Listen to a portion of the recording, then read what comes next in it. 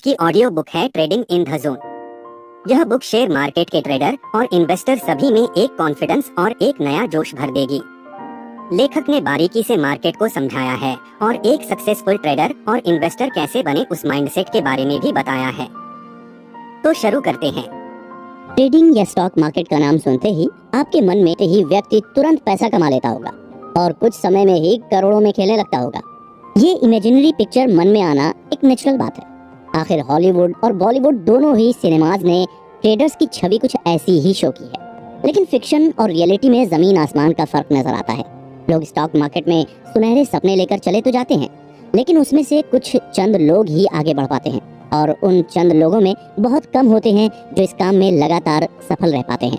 आज की सिचुएशन अगर देखी जाए तो पूरा स्टॉक मार्केट रूस और यूक्रेन की वॉर के चलते हिल गया है, लेकिन इस मुश्किल समय में भी बहुत से ऐसे ट्रेडर्स होंगे जो इस आपदा को भी अवसर में पलटने में लगे होंगे। एक अच्छा ट्रेडर न केवल अपने काम पर कंसंट्रेट करता है, बल्कि ये भी ध्यान देता है कि आगे आने वाली अननोन मुश्किलों का सामना कैसे करना है। जो ट्रेडर इस चीज पर ध्यान नहीं देता वो ज्यादा देर तक स्टॉक मार्केट जैसी कॉम्पिटिटिव जगह पर टिक नहीं पाते हैं। स्टॉक मार्केट कुछ लोगों को बादलों की ऊंचाइयों पर उठा देती है, तो वहीं कुछ लोगों को जमीन पर कीड़ों की तरह मसल देती है। स्टॉक मार्केट में आपके नॉलेज से ज्यादा आपका दिमाग या साइकोलॉजी कितनी मजबूत है वो ज्यादा इम्पोर्टेंस रखती है। इस ऑडियो बुक में हम आपको यही सिखाएंगे कि कैसे आपको अपनी साइकोलॉजी और अपने दिमाग को मजबूत करना है, जिसकी मदद से आप एक अच्छे और कैपेबल ट्रेडर बन सकें। लेकिन ये बुक समरी केवल उनके लिए नहीं है जो एक बड़े ट्रेडर बनना चाहते हैं। ये बुक उनके लिए भी है जो जिंदगी में अपने बिजनेस और अपनी जॉब में एक मजबूत एटीट्यूड के साथ आगे बढ़ना चाहेंगे। ये आपके एटीट्यूड को इतना बदल देगी कि फिर आप एक ट्रेडर की तरह सोचने और समझने लगेंगे। इस समरी की बिगिनिंग और एंड दोनों में आपको हम लोग कुछ सवाल करेंगे, जिसका जवाब आपको हाँ या ना में देना होगा। ये दावे के साथ कहा जा सकता है कि इसके एंड तक आपके जवाब पूरी तरीके से पलट या बदल जाएंगे। तो बिना किसी देरी के पहले अध्याय के साथ साथ आप सबसे सवालों का सिलसिला भी शुरू करते हैं। तो चलिए सुनते हैं मार्क डगलस द्वारा लिखी ट्रेडिंग इन द जोन, जिसमें बताया गया है कि आप कैसे मार्केट को मास्टर कर सकते हैं कॉन्फिडेंस, डिसिप्लिन और एक विनिंग एटीट्यूड के साथ। फंडामेंटल या टेक्निकल एनालिसिस। हम बात कर रहे हैं मार्क डगलस की ट्रेडिंग इन द जोन पर। इस चर्चा के पहले अध्याय में हम आपसे 5 सवाल पूछेंगे, जिसका जवाब आपको अपने मन में हाँ या ना में देना होगा। आप चाहें तो इन सवालों का जवाब अपनी डायरी या कॉपी में भी लिख सकते हैं, जिसकी मदद से आप इस पूरे सारांश को सुनने के बाद जान सकेंगे कि इस पर आपका नजरिया कितना बदल गया है। तो बिना किसी देरी के सवालों का सिलसिला शुरू करते हैं। पहला सवाल आपसे ये है कि क्या आपको लगता है कि अगर आपको ट्रेडर की तरह पैसा कमाना है तो आपको पता होना चाहिए कि मार्केट किस तरफ जाएगी, हाँ या ना? बताएं। दूसरा, कि क्या आपको लगता है कि किसी ट्रेड को करने में फिक्स्ड रिस्क होता है, हाँ या ना? बताइए। तीसरा, क्या आपके मेथड से आपको पता रहता है कि कब आपको मार्केट में एंटर करना चाहिए और कब एग्जिट करना चाहिए, हाँ या ना? चौथा, क्या आपको लगता है कि जब आप ट्रेड करते हैं तब मार्केट आपके खिलाफ चली जाती है, हाँ या ना? बताएं। और पांचवा और सबसे इम्पोर्टेंट, क्या आप कई बार ट्रेड केवल इस डर से करते हैं क्योंकि आपको लगता है कि जहां सब पैसा डाल रहे हैं वहां आपको भी इन्वेस्ट कर देना चाहिए, हाँ या ना? बताएं। क्या आपने इन सारे सवालों के जवाब नोट कर लिए हैं? अगर हाँ तो आगे बढ़ते हैं। हम सबसे पहले आपको फंडामेंटल एनालिसिस, टेक्निकल और मेंटल एनालिसिस के बारे में बताएंगे और साथ ही ये भी कि इसको करने से एक ट्रेडर को कब और कैसे फायदा होता है। फंडामेंटल एनालिसिस ट्रेडिंग की दुनिया में कोई नई चीज नहीं है, लेकिन ट्रेडिंग की दुनिया की सबसे इम्पोर्टेंट चीज में से एक है। एक समय तो ऐसा भी था कि जब वॉल स्ट्रीट में फंडामेंटल एनालिसिस को एक जादुई चीज मानी जाती थी। तो आप लोग के मन में चल रहा होगा कि ये फंडामेंटल एनालिसिस क्या भला है जिसने ट्रेडिंग की दुनिया में इतना तहलका मचा दिया था। तो मैं आपको बताता हूँ कि ट्रेडर जब फंडामेंटल एनालिसिस का इस्तेमाल करता है तो उन सारे वेरिएबल्स पर नजर रखता है जो आगे चलकर स्टॉक का प्राइस और डिमांड बढ़ा या घटा सकती है। ये मॉडल पूरी तरीके से मैथमेटिकल प्रोजेक्शन के ऊपर डिपेंड था, जो इसकी ताकत और कमजोरी दोनों बनी। स्ट्रेंथ इसलिए कि मैथ्स पर डिपेंड होने के कारण हर प्रोजेक्शन सटीक होता था, लेकिन कमजोरी इसलिए क्योंकि ये मैथ्स पर इतना डिपेंडेंट था कि ये दूसरे ट्रेडर्स को कैलकुलेट नहीं करता था, जिस वजह से हर ट्रेडर अपना फंडामेंटल एनालिसिस लगाता था और हर कोई अपने अपने अनुमान लगा लेते थे, जिससे कंपनी के कई बार प्राइस बढ़ते थे वरना डूब जाते थे। तब इस मॉडल पर इतना डिपेंडेंट हो गए थे कि ट्रेडर्स चाहें तो किसी कंपनी का स्टॉक या प्राइस ऊंचे या नीचे कर सकते हैं, जिस वजह से फंडामेंटल एनालिसिस के कुछ अनुमान गलत होने लगे थे। जिससे इन्वेस्टर्स को भारी नुकसान का सामना भी करना पड़ता था। पर इसका ये मतलब नहीं है कि फंडामेंटल एनालिसिस खराब चीज है या इस्तेमाल के लायक नहीं है। ये आज भी लोग एक प्रोजेक्शन बनाने के लिए इस्तेमाल करते हैं। पूरे में कहने का तात्पर्य ये है कि मार्केट आपके हिसाब से हमेशा नहीं चलती है। कभी मार्केट ऊपर रहती है तो कभी नीचे, जिसको फंडामेंटल एनालिसिस उस हद तक पकड़ा नहीं जा सकता है। यही कारण है कि आज के समय में और एक्सपीरियंस्ड ट्रेडर्स टेक्निकल एनालिसिस का इस्तेमाल करते हैं। जब आपके दिमाग में आ रहा होगा कि अभी तो फंडामेंटल एनालिसिस समझ में आया था, तो अब ये टेक्निकल एनालिसिस क्या चीज़ है और आखिर क्यों लोग फंडामेंटल एनालिसिस को छोड़कर टेक्निकल एनालिसिस यूज करने लगे हैं, तो इसके बारे में आपको ज़्यादा परेशान होने की ज़रूरत नहीं है। टेक्निकल एनालिसिस तब से चली आ रही है जब से ऑर्गेनाइज्ड मार्केट का जन्म हुआ था, लेकिन ट्रेडिंग कम्युनिटी ने टेक्निकल एनालिसिस को कभी भी गंभीरता से नहीं लिया था। कुछ गिने चुने लोग ही इसका इस्तेमाल किया करते थे, लेकिन 1980 की शुरुआत से ये ज़्यादा फेमस होने लगा था। नए ट्रेडर्स जानते थे कि टेक्निकल एनालिसिस ही ट्रेडिंग का फ्यूचर है। टेक्निकल एनालिसिस के पास बहुत सी इंफॉर्मेशन होती थी, जैसे कि उसे पता होता था कि किसी भी दिन, हफ्ते या महीने में कितने लोग मार्केट में पैसा लगाएंगे। बातचीत की भाषा में कहा जाए तो टेक्निकल एनालिसिस लोगों की ट्रेडिंग हैबिट का अनुमान लगा लेते थे, क्योंकि ऐसे बहुत से ट्रेडर्स हैं जो हमेशा एक ही तरीके का ट्रेड किया करते थे, जिसे एक टेक्निकल एनालिस्ट पता लगा लेता था कि किस जगह या किस कंपनी में एक व्यक्ति कितना इन्वेस्ट करेगा, जिस कारण फ्यूचर प्राइस मूवमेंट का अनुमान लगाना ट्रेडर्स के लिए बहुत आसान हो गया था। फंडामेंटल एनालिसिस की तरह ट्रेडर को पहले की ट्रेडिंग के हिसाब से अनुमान नहीं लगाना होता था, बल्कि अब ट्रेडर टेक्निकल एनालिस्ट वर्तमान की स्थिति के हिसाब से अनुमान लगा सकता था, जिससे फंडामेंटल एनालिसिस के कारण जो एक रियलिटी गैप आ जाता था वो काफी हद तक टेक्निकल एनालिसिस की वजह से कम हो जाता था। जिसका सीधा मतलब ये है कि प्रोजेक्शन बहुत एक्यूरेट हो गए थे, जिससे सारे ट्रेडर्स धीरे धीरे फंडामेंटल एनालिसिस से टेक्निकल एनालिसिस की तरफ बढ़ने लगे थे। टेक्निकल एनालिसिस न केवल प्रेजेंट बताता था, वो कल परसों यहाँ तक कि आने वाले पूरे साल का इन्वेस्टिंग बिहेवियर पैटर्न निकालने की कैपेसिटी रखता था। ये सब सुनकर आपको लग रहा होगा कि टेक्निकल एनालिसिस जब इतना अच्छा है तो ट्रेडर्स ने फंडामेंटल एनालिसिस छोड़ ही दी होगी और साथ ही कोई नई एनालिसिस भी नहीं इन्वेंट हुई होगी। अगर आपको ऐसा लगता है तो आप गलत और सही दोनों हैं। सही इसलिए क्योंकि बहुत से ट्रेडर्स अब फंडामेंटल एनालिसिस का बिल्कुल इस्तेमाल नहीं करते हैं, परंतु गलत इसलिए होंगे क्योंकि टेक्निकल एनालिसिस के अलावा एक और एनालिसिस भी तेजी से रफ्तार पकड़ रही थी। इस नई और सबसे ज्यादा इस्तेमाल करी जाने वाली एनालिसिस का नाम मेंटल एनालिसिस था। Mental analysis. स्वागत है आप सबका इस सारांश के दूसरे अध्याय में। पहले अध्याय में जैसा कि हमने जाना कि लोग टेक्निकल एनालिसिस पर कैसे पूरी तरह डिपेंडेंट हो गए थे, लेकिन दोनों फंडामेंटल और टेक्निकल एनालिसिस से ज्यादा मजबूत एनालिसिस मेंटल एनालिसिस है। अब आप सबके दिमाग में आएगा कि ये कैसे? जब टेक्निकल एनालिसिस इतनी कैपेबल है तो कोई भला मेंटल एनालिसिस को आखिर क्यों यूज करेगा? इसका जवाब मैं आपको बहुत आसान शब्दों में देना चाहूंगा। आप अपने आप से पूछिए कि आखिर आप ये बुक समरी क्यों सुन रहे हैं। अगर आप ट्रेडिंग करना चाहते हैं तो आप इस बुक की मदद के बिना भी कर सकते थे, और हो सकता है कि आपने करी भी हो या कर रहे हो, लेकिन क्या आपको वो रिजल्ट मिल रहा है जिसकी तलाश में आप ट्रेडिंग में आए थे? अगर इस सब का जवाब ना है तो आपको अपने सवाल का उत्तर मिल गया होगा कि टेक्नोलॉजी आपको स्टैटिस्टिक्स या डेटा दे सकती है, लेकिन ये आपकी अपनी सोच पर है कि आप किस जगह अपना पैसा लगाएंगे। मान लीजिए कि आपने अंधा विश्वास करके टेक्निकल एनालिसिस का इस्तेमाल करते हुए अपना पैसा लगा दिया, लेकिन आपको उस इन्वेस्टमेंट से ज्यादा प्रॉफिट नहीं हुआ, क्योंकि आपको तो प्राइस चार्ट देखकर ही लगा कि मार्केट ऊपर जा रही है, लेकिन असल में किसी वजह से मार्केट डूब गई। इसका सबसे बड़ा एग्जाम्पल वर्तमान में रूस और यूक्रेन का वॉर है, जिसकी वजह से शेयर मार्केट एकदम से बैठ गई। जितने अनुमान लगाए गए थे उसमें से ज्यादातर अनुमान आज की तारीख में गलत साबित हो रहे हैं। ऐसी ही स्थिति को ध्यान में रखते हुए मेंटल एनालिसिस डेवलप हुई थी। अब शेयर मार्केट की दुनिया में दो टाइप के ट्रेडर्स उतर गए हैं, एक जो लगातार जीत हासिल करते हैं और दूसरे वो जो कभी जीतते हैं तो कभी पूरी तरह से हार जाते हैं। तो अब आप सोच रहे होंगे कि ट्रेडिंग एनालिसिस पर महारत कैसे हासिल कर सकते हैं। ट्रेडिंग पर महारत हासिल करना आसान बिल्कुल नहीं है। टेक्निकल एनालिसिस आपको चार्ट दिखा सकता है, लेकिन ये नहीं बता सकता कि उस समय तक सर्कमस्टांसेस क्या होंगी। इसको ट्रेडिंग की भाषा में साइकोलॉजिकल गैप कहते हैं।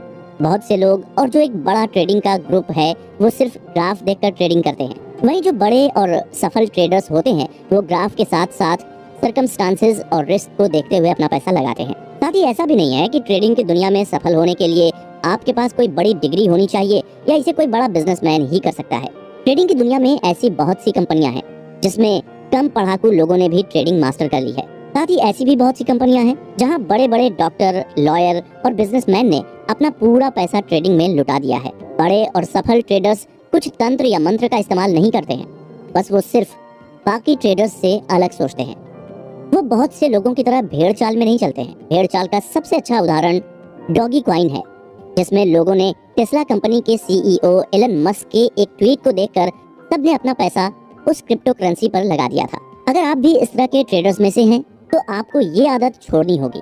विनर्स कभी भी भेड़ चाल में नहीं चलते, वो अपने रास्ते और मंजिल खुद बनाते हैं और चुनते हैं। उनका माइंडसेट और स्किल सेट दोनों ही काम करते वक्त साथ में चल रहा होता है। वो उस समय ट्रेडिंग के अलावा कुछ नहीं सोच रहे होते। कहने का मतलब ये है कि वो लोग खाली बैठे मन में ख्याली पुलाव नहीं बना रहे होते हैं। उनको भी पता है कि ट्रेडिंग का काम आसान नहीं है और कभी भी कुछ भी हो सकता है। अब आपको ये सब सुनकर डर लगने लगा होगा। ये डर पूरी तरह से जायज है। हर ट्रेडर को मार्केट का डर होना चाहिए, लेकिन इस डर को अपने मन पर हावी नहीं होने देना चाहिए। मार्केट का ये नियम है कि अगर आप डर डर के फैसला लेंगे तो आप अपनी जिंदगी में कभी सही फैसले नहीं ले पाएंगे, या अगर लेंगे भी तो वो फैसले आपको मुनाफा नहीं दे पाएंगे। इसलिए आपको सब सोच समझ के करना होगा और सबसे पहले ट्रेडिंग को लेकर अपने एटीट्यूड में बदलाव लाना होगा। एक सफल ट्रेडर पैदा नहीं होता, उसे बनना पड़ता है। जैसे मिट्टी के बर्तन को आकार दिया जाता है, वैसे ही एक सफल ट्रेडर को भी आकार देना होता है। ट्रेडिंग के आकर्षण और खतरे। पिछले अध्याय में हमने जाना कि कितने टाइप के एनालिसिस होती है और कैसे मेंटल एनालिसिस सबसे स्ट्रॉन्ग एनालिसिस में से एक है। पर हमारा दिमाग जितना हमारी मदद करने के काबिल है, उतना ही हम लोगों को बर्बाद करने की कैपेसिटी भी रखता है। कोई भी व्यक्ति बचपन से ट्रेडर नहीं बनना चाहता है। ट्रेडर बनने की व्यक्ति तभी सोचता है जब वो पैसे कमाने के लिए अपने दिमाग का इस्तेमाल करने लगता है। ट्रेडिंग का काम बहुत अट्रैक्ट करता है। लेखक बताते हैं कि जब एक एडिटर ने उनसे ये सवाल पूछा कि क्या आजकल लोग ट्रेडिंग में गलत कारणों से आने लगे हैं, तो इस सवाल ने उन्हें भी गहरे असमंजस में डाल दिया था। हो सकता है कि इस सवाल को सुनकर आप भी सोच रहे हो कि क्या आप भी गलत कारणों से ट्रेडिंग में तो नहीं आ गए हैं। अगर आपके दिमाग में ये सवाल उठा है तो ये अच्छी बात है। इससे ये पता चलता है कि आप ट्रेडिंग में तभी उतरना चाहते हैं जब आप पूरी तरीके से क्लियर हों। लेखक का कहना है कि ट्रेडिंग की तरफ अट्रैक्ट करने के लिए तो बहुत सी चीजें हैं, जैसे ट्रेडिंग का एड्रेनालाइन रश, हीरो बनने की चाहत और सबसे बड़ा अट्रैक्शन इतना पैसा कमाना जितना दूसरी रेगुलर जॉब करके न कमा पाए। पर ट्रेडिंग में इन सबसे बड़ा अट्रैक्शन एक ही चीज है, और वो ये है कि ट्रेडिंग की दुनिया में इंसान अपने आप को सबसे ज्यादा क्रिएटिवली एक्सप्रेस कर पाता है। ट्रेडिंग की दुनिया ही अलग है। ये एक जादुई दुनिया है जहाँ एक ट्रेडर अपने रूल खुद बनाता है और तोड़ता है। यहाँ कोई रोक टोक नहीं है, कोई बाउंड्री या रिस्ट्रिक्शंस नहीं है। ये वही क्रिएटिव एक्सप्रेशंस हैं जो हम सबको बचपन से ही मना किया गया है। पर ट्रेडिंग की दुनिया में आते ही आप अपनी सारी क्रिएटिविटी दिखा सकते हैं। पर क्रिएटिव एक्सप्रेशन के कारण अगर आपको कभी हार या लॉस का सामना करना पड़े तो आपको उसका सामना हिम्मत से करना चाहिए, क्योंकि आजकल बहुत से लोग हार या लॉस का सामना नहीं कर पाते और सेल्फ डिस्ट्रैक्शन मोड में चले जाते हैं, जो कि गलत है और इससे ट्रेडर को और असफलता का सामना करना पड़ता है। अब आपको सुनकर लग रहा होगा कि ट्रेडिंग तो बहुत बढ़िया चीज है, यहाँ कोई फॉर्मेलिटी नहीं है, लेकिन यहाँ आप गलत होंगे। आपके पास क्रिएटिव आजादी है, लेकिन इसका मतलब ये नहीं है कि आपको कुछ फॉर्मेलिटी का सामना नहीं करना होगा। ट्रेडिंग में भी बाकी फील्ड्स की तरह कुछ छोटे रूल्स का ध्यान रखना पड़ता है। अगर आपको अपनी ब्रोकरेज फर्म खोलनी है तो आपको मिनिमम फाइनेंशियल रिक्वायरमेंट पूरी करनी होगी। अगर आपको फ्लोर ट्रेडर बनना है तो आपको स्टॉक एक्सचेंज का मेंबर बनना होगा। लेकिन अगर आप एक बार ट्रेडर बन गए तो आपको ज्यादा रूल फॉलो करने की जरूरत नहीं होती है। एक ट्रेडर जब कोई डील करता है तो उसके पास केवल एक पॉसिबिलिटी नहीं होती है, उसके पास कम से कम 8 से 10 बिलियन पॉसिबिलिटीज होती हैं। ये सारी पॉसिबिलिटीज मार्केट के बदलते कंडीशंस पर डिपेंड करती हैं। ट्रेडर को कई बार खुद अंदाजा नहीं होता कि मार्केट किस तरफ जाएगी। अब आपके मन में सवाल होगा कि जब इतनी ढेर सारी पॉसिबिलिटीज हैं, इतने ढेर सारे तरीके हैं, तो ट्रेडर पैसे हारता कैसे है? तो इसका जवाब भी बहुत आसान है। आपने वो कहावत तो सुनी होगी, with great power comes great responsibility. Trading की दुनिया में भी यही कहावत लागू होती है, क्योंकि यहाँ पर कोई रोक टोक नहीं है। कोई ट्रेडर को नहीं बताता कि उसको क्या करना है। अगर वो एक अच्छा ट्रेडर बनता है तो उसको अच्छी किस्मत वाला कहा जाएगा। अगर वो असफल होता है तो उसकी स्किल्स पर सवाल उठाए जाएंगे। हम सबको आजादी अच्छी लगती है, लेकिन बहुत कम ही होते हैं जो उसको ठीक से इस्तेमाल कर पाते हैं। हर व्यक्ति को अपने आप के लिए कुछ बाउंड्री और लिमिट बनानी पड़ती है, जिससे वो अपना नुकसान न कर बैठे। ये एडजस्टमेंट किसी भी प्रकार के हो सकते हैं।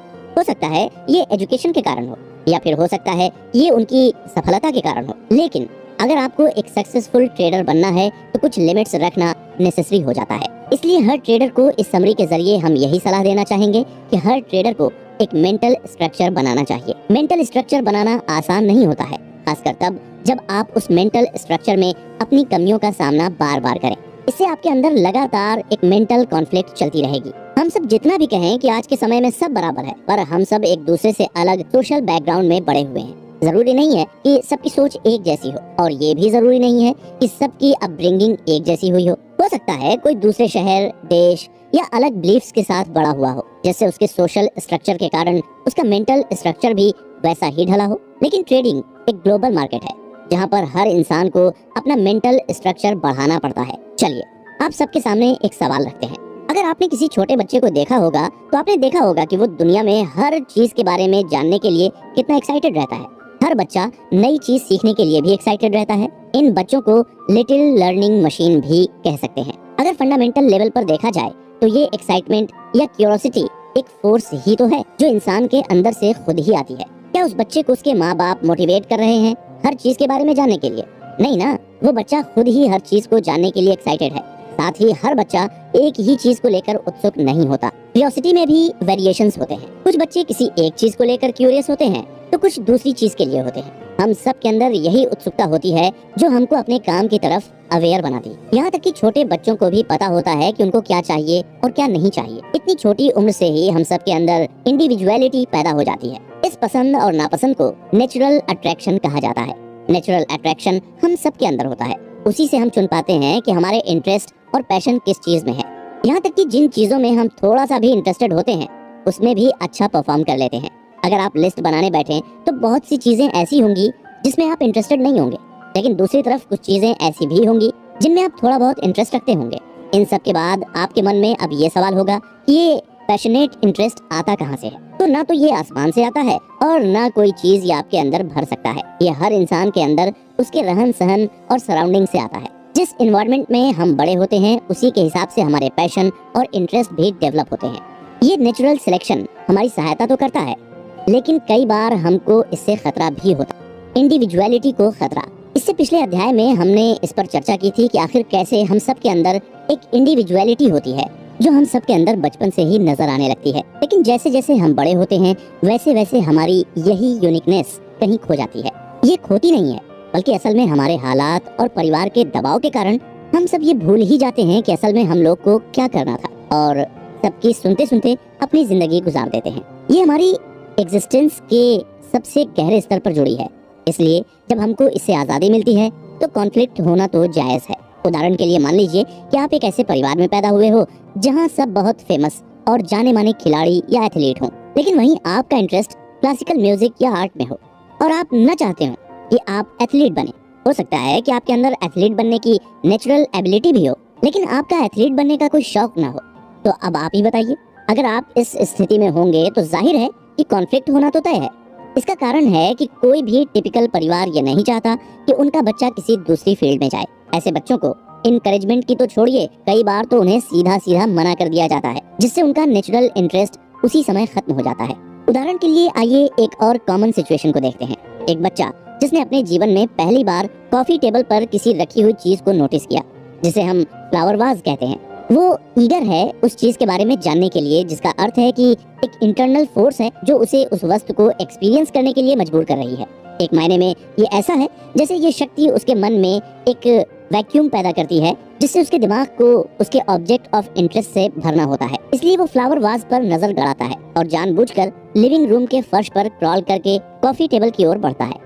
जब वो वहाँ पहुँचता है तो वो अपने आप को अपने पैरों पर खींचने के लिए मेज के किनारे तक पहुँच जाता है। अपना संतुलन बनाए रखने के लिए एक हाथ मेज पर मजबूती से रखते हुए उसका दूसरा हाथ इस चीज को छूने के लिए आगे बढ़ता है। जिस चीज को उसने कभी टच नहीं किया, उसी पल वो पूरे कमरे से एक चीख सुनता है, नहीं नहीं उसे मत छुओ। बच्चा इस आवाज को सुनकर चौंक जाता है और अपने बट पर वापस गिर जाता है और रोने लगता है। जाहिर है ये आप सबको बहुत आम सी घटना लग रही होगी और एक जो पूरी तरह से अनअवॉइडेबल है। बच्चों को बिल्कुल नहीं पता कि वे कैसे खुद को चोट पहुंचा सकता है या फ्लावर वाज जैसी चीज कितनी मूल्यवान हो सकती है। उसको तो ये भी नहीं पता है कि कोई चीज वैल्यूएबल भी होती है।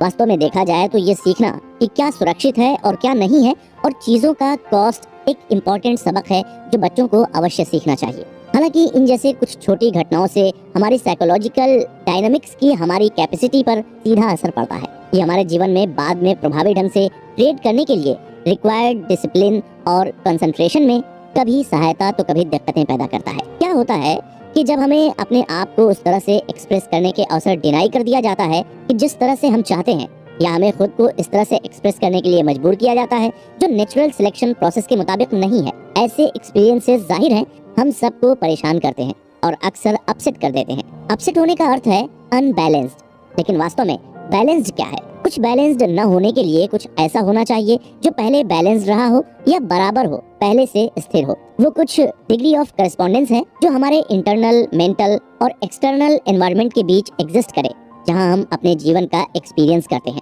तो अब आप ये सुनकर सोच रहे होंगे कि इन सब बातों का अर्थ क्या है। तो आसान शब्दों में इसका अर्थ ये है कि हमारी जरूरतें और इच्छाएं हमारे मेंटल एनवायरनमेंट में पैदा होती हैं और वे पूरी होती हैं एक्सटर्नल एनवायरनमेंट में।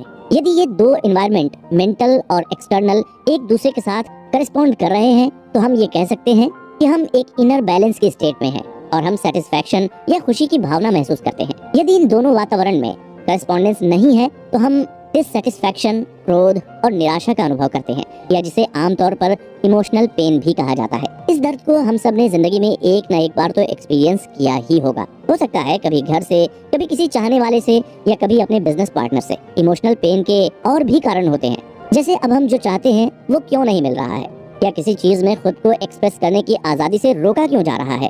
इससे हम सबको इमोशनल पेन होता है। लेखक का इस इमोशनल पेन को लेकर ये मानना है कि जरूरतें और इच्छाएं मेंटल वैक्यूम पैदा करती हैं। अब आपको लगेगा कि देखा जाए तो इसका उत्तर ये है कि जिस प्लेनेट में हम रहते हैं उसमें वैक्यूम को न सहने की नेचुरल टेंडेंसी होती है, और जब भी कोई वैक्यूम मौजूद होता है उसे भरने के लिए आगे बढ़ता रहता है। फिलोसोफर स्पिनोजा ने सदियों पहले देखा था कि प्रकृति वैक्यूम से घृणा करती है। बोतल से हवा चूसो और आपकी जीभ और होंठ बोतल के मुंह से चिपक जाएंगे, क्योंकि आपने एक इम्बैलेंस या वैक्यूम पैदा कर दिया है जिसे अब भरना होगा। इसके पीछे के डायनेमिक्स क्या हैं? कभी आपने सोचा इस बारे में? लोग कहते हैं ना, आवश्यकता सभी आविष्कारों की जननी है। Necessity is the mother of invention. ये माना जाता है कि नीड आपके दिमाग में एक मेंटल वैक्यूम बनाती है जिसे ये यूनिवर्स इंस्पायरिंग थॉट्स से ही भरेगा, बशर्ते आपका दिमाग अपनाने को तैयार हो। ये थॉट्स आपको अपनी नीड्स पूरी करने के लिए मजबूर करेंगे। इस संबंध में लेखक का मानना है कि हमारा मेंटल एनवायरनमेंट यूनिवर्स की तरह काम करता है। एक बार हम पहचान लेते हैं कि हमारी क्या आवश्यकता या इच्छा है तो हम उस नीड या वैक्यूम को एक्सटीरियर एनवायरनमेंट से एक एक्सपीरियंस से भरने के लिए आगे बढ़ते हैं। यदि हमें इस नीड या ऑब्जेक्ट ऑफ डिजायर पाने से रोक दिया जाता है तो तब हमको वाकई ऐसा लगता है कि जैसे हम कंप्लीट नहीं है, एक अधूरापन है, या वो कुछ थ्रिल जिंदगी से गायब है जो हमें असंतुलन या इमोशनल पेन की स्थिति में डाल देता है। एक बच्चे से उसका खिलौना ले लो जिससे उसका अभी मन न भरा हो, तो ऐसी स्थिति में हर बच्चे को इमोशनल पेन ही होगा। इस बात से कोई मतलब नहीं है कि आप ऐसा उसकी भलाई के लिए ही कर रहे हो। हो सकता है कि ये सब सुनकर आपको ये सब फालतू बातें लग रही हों, और एक बार खुद के अंदर झांक कर देखिए, क्या आप वही काम कर रहे हैं जिसके आप सपने देखा करते थे? नहीं ना? क्यों नहीं? जानते हैं, जब तक हम 18 वर्ष के होते हैं तब तक हम इस पृथ्वी पर लगभग 6570 दिन रह चुके होते हैं। एक एवरेज निकाला जाए तो प्रतिदिन कई बार सामान्य बच्चा इस तरह की बातें सुनता है। नहीं नहीं, तुम ऐसा नहीं कर सकते, तुम उसे इस तरह से नहीं कर सकते, तुम्हें इसे इस तरह से करना होगा। अभी नहीं, मुझे इसके बारे में सोचने दो, मैं तुम्हें बता दूंगा। ये नहीं किया जा सकता। तुम्हें क्या लगता है कि तुम ये कर सकते हो? तुम्हें ये करना होगा, तुम्हारे पास कोई ऑप्शन नहीं है। देखा जाए तो ये तो बस कुछ अच्छे तरीकों के एग्जाम्पल हैं जिससे हम सबको कभी न कभी बड़े होते वक्त अपनी इंडिविजुअल एक्सपीरियंस से रोका गया होगा। भले ही हमने दिन में केवल 1 या 2 बार ऐसी बातें सुनी हो, तो तब भी कई गुना बढ़ जाते हैं। जब तक हम एडल्टहुड तक पहुंचते हैं तब तक 1000 इनकार का सामना कर चुके होते हैं। ऐसे इनकार को हम लोग डिनाइड इम्पल्सेस भी कह सकते हैं। इन सभी इम्पल्सेस का क्या होता है जिन्हें डिनाई कर दिया जाता है और अधूरा छोड़ दिया गया है? क्या वे बस चले जाते हैं? वो जा सकती हैं अगर वे किसी तरह से रिकॉन्साइल करती हैं, या हम एक्सेप्ट कर लेते हैं, वो भी तब अगर हम कुछ करते हैं या कोई और कुछ करता है हमारे मेंटल एनवायरनमेंट को वापस बैलेंस में लाने के लिए। ऐसी कई तकनीक हैं जिससे हम अपने मेंटल बैलेंस पर काबू पा सकते हैं। सबसे नेचुरल और खास कर एक बच्चे के लिए रोना है। रोना एक नेचुरल मैकेनिज्म है इन डिनाइड अधूरे इम्पल्सेस को रिकंसाइल करने के लिए। साइंटिफिक रिसर्चर्स ने पाया है कि आंसू नेगेटिवली चार्ज्ड आयन से मिलकर बनते हैं। यदि इसे नेचुरली होने दिया जाए तो रोने से ये नेगेटिव आयन दूर हो जाएंगे, जिससे हम संतुलन की स्थिति में वापस आ जाएं। भले ही ओरिजिनल इम्पल्सेस कभी पूरी नहीं हो पाई हों, पर रोने की सबसे बड़ी समस्या ये है कि ज्यादातर समय घटनाओं को उनके नेचुरल कोर्स और डिनाइड इम्पल्सेस को रिकंसाइल करने का मौका ही नहीं दिया जाता है। इसके कई कारण हैं कि बड़ों को ये पसंद नहीं है जब उनके बच्चे, विशेषकर लड़के, रोते हैं और वे पूरी कोशिश करते हैं कि उन्हें रोने से डिस्करेज करने के लिए। तो ये तो हमारी सोसाइटी ने शुरुआत से बना रखा है कि लड़के रो ही नहीं सकते, जिस कारण आज भी कई लड़के डिप्रेशन और PTSD के शिकार भी हो जाते हैं। ऐसे कई कारण हैं जिनकी वजह से बड़े बच्चों को ये समझाने की जहमत नहीं उठाएंगे कि वे क्यों उन्हें कुछ ऐसा करने के लिए मजबूर किया जा रहा है जो वो नहीं करना चाहते हैं। अगर बड़े कोशिश भी करते हैं तो भी कोई जरूरी नहीं है कि वे इस इम्बैलेंस को दूर करने के लिए काफी होगा। सोचिए, अगर ये इम्पल्सेस रिकंसाइल नहीं हुई तो क्या होगा? आपके मन में यही सवाल उठ रहा होगा ना। इसका असर ये होगा कि ये सब इम्पल्सेस जमा होती रहती हैं और आमतौर पर किसी भी संख्या में एडिक्टिव और कंपल्सिव बिहेवियर पैटर्न्स में निकल कर आती हैं। एक बहुत ही जनरल गाइडिंग प्रिंसिपल है कि हमें जो कुछ भी लगता है कि हमें बचपन में नहीं मिला तो एडल्टहुड में पहुंचकर उस डिप्रीव्ड चीज के हम एडिक्ट बन सकते हैं। उदाहरण के लिए, अपनी ओर ध्यान या अटेंशन पाने की कोशिश करना। बहुत से लोग इसके आदी हैं। मैं उन लोगों की बात कर रहा हूँ जो अपनी ओर ध्यान आकर्षित करने के लिए कुछ भी कर सकते हैं। इसका सबसे अधिक कॉमन कारण ये है कि उनका मानना है कि जब वे छोटे थे तब उन्हें या तो पर्याप्त अटेंशन नहीं दिया गया था या उस स्टेज पर नहीं मिला जब ये उनके लिए इम्पोर्टेंट था। किसी भी मामले में बहुत बार किसी चीज की कमी अनरिजॉल्व्ड या अनसुलझी रह जाती है जो उन्हें उन तरीकों से व्यवहार करने के लिए मजबूर करती है जो उस एडिक्शन को सेटिस्फाई करेंगी। हम लोगों के लिए ये समझना इम्पोर्टेंट है कि इन अनसेटिस्फाइड डिनाइड इम्पल्सेस जो हम सभी में मौजूद हैं के कारण हमें कंसंट्रेटेड रहने और हमें ट्रेडिंग के लिए एक डिसिप्लिन्ड और कंसिस्टेंट अप्रोच रखने की हमारी कैपेसिटी को किस तरह इन्फ्लुएंस कर। Safeguards for mentality. इस अध्याय में हम जानेंगे कि कैसे आप अपनी मेंटालिटी को ट्रेडिंग की दुनिया में अपने काम को इफेक्ट नहीं करने देंगे। ट्रेडिंग की दुनिया में इफेक्टिवली काम करने के लिए हमें अपने बिहेवियर को गाइड करने के लिए रूल्स और लिमिट्स की जरूरत होती है। ये किसी भी ट्रेडिंग का एक सिंपल फैक्ट है कि इसमें खुद को भारी नुकसान करने की कैपेसिटी मौजूद है, और वो भी उस लेवल का नुकसान जिसको हम इमेजिन भी नहीं कर सकते हैं। यहाँ तक कि ये नुकसान आउट ऑफ प्रोपोर्शन हो सकते हैं। ट्रेड्स कई टाइप्स के होते हैं और इसमें नुकसान का जोखिम अनलिमिटेड है। खुद को डैमेज से बचाने के लिए हमें एक इंटरनल स्ट्रक्चर बनाने की जरूरत है जो एक तरीके का स्पेशलाइज्ड मेंटल डिसिप्लिन हो और एक पर्सपेक्टिव हो जो हमारे बिहेवियर को गाइड करता है ताकि हम हमेशा अपने हित में काम करें। ये स्ट्रक्चर हर एक इंसान के अंदर मौजूद होनी चाहिए, क्योंकि मार्केट सोसाइटी की तरह कोई डेफिनेट स्ट्रक्चर नहीं देता है। मार्केट बिहेवियर पैटर्न के रूप में स्ट्रक्चर देते हैं जो इंडिकेट करते हैं कि कब खरीदने या बेचने का अवसर मौजूद हो, लेकिन इसी एक साधारण संकेत के साथ स्ट्रक्चर समाप्त हो जाता है। अदरवाइज प्रत्येक व्यक्ति के पर्सपेक्टिव से आपके व्यवहार को गाइड करने के लिए कोई फॉर्मल रूल नहीं है, कोई शुरुआत, मिडिल या एंड भी नहीं है, जैसा कि हर दूसरी एक्टिविटी जो हम करते हैं में मौजूद होता है। ये गहरे साइकोलॉजिकल इम्प्लीकेशंस के साथ एक बहुत ही महत्वपूर्ण डिफरेंस है। मार्केट एक ऐसी नदी है जो लगातार चलती है। ये शुरू नहीं होती है, रुकती भी नहीं है, ये किसी का इंतजार भी नहीं करती है। बाजार बंद होने पर भी कीमतें अभी भी मूव कर रही होती हैं। ऐसा कोई रूल नहीं है कि किसी भी दिन की शुरुआती कीमत उतनी ही होनी चाहिए जितनी एक दिन पहले मार्केट बंद होने के वक्त थी। सोसाइटी में हम जो कुछ भी करते हैं वो हमें इफेक्टिवली काम करने के लिए ऐसे बाउंड्री लेस एनवायरनमेंट के लिए तैयार नहीं करता है। ट्रेडिंग के कई कॉन्ट्राडिक्शंस में से एक ये है कि ये एक गिफ्ट भी है और साथ ही साथ ये एक कर्ज भी है।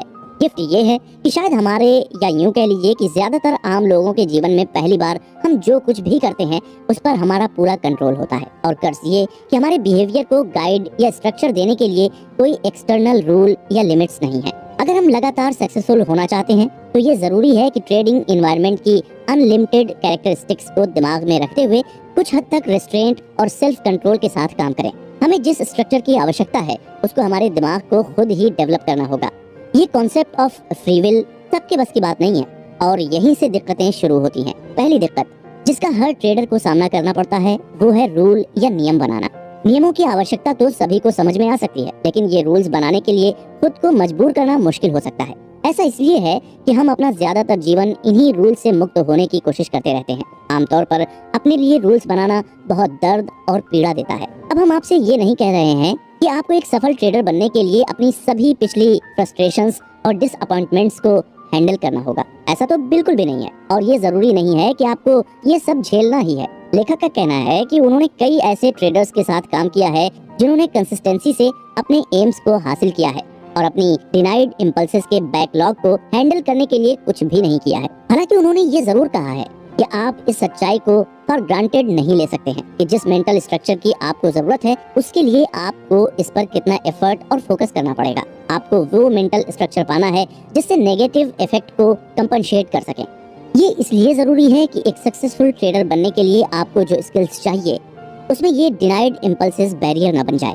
ट्रेडिंग में दूसरी प्रॉब्लम जिसका ट्रेडर सामना करते हैं वो है failure to take responsibilities. Trading एक ऐसी पर्सनल चॉइस या डिसीजन है जिसका रिजल्ट तुरंत सामने आ जाता है।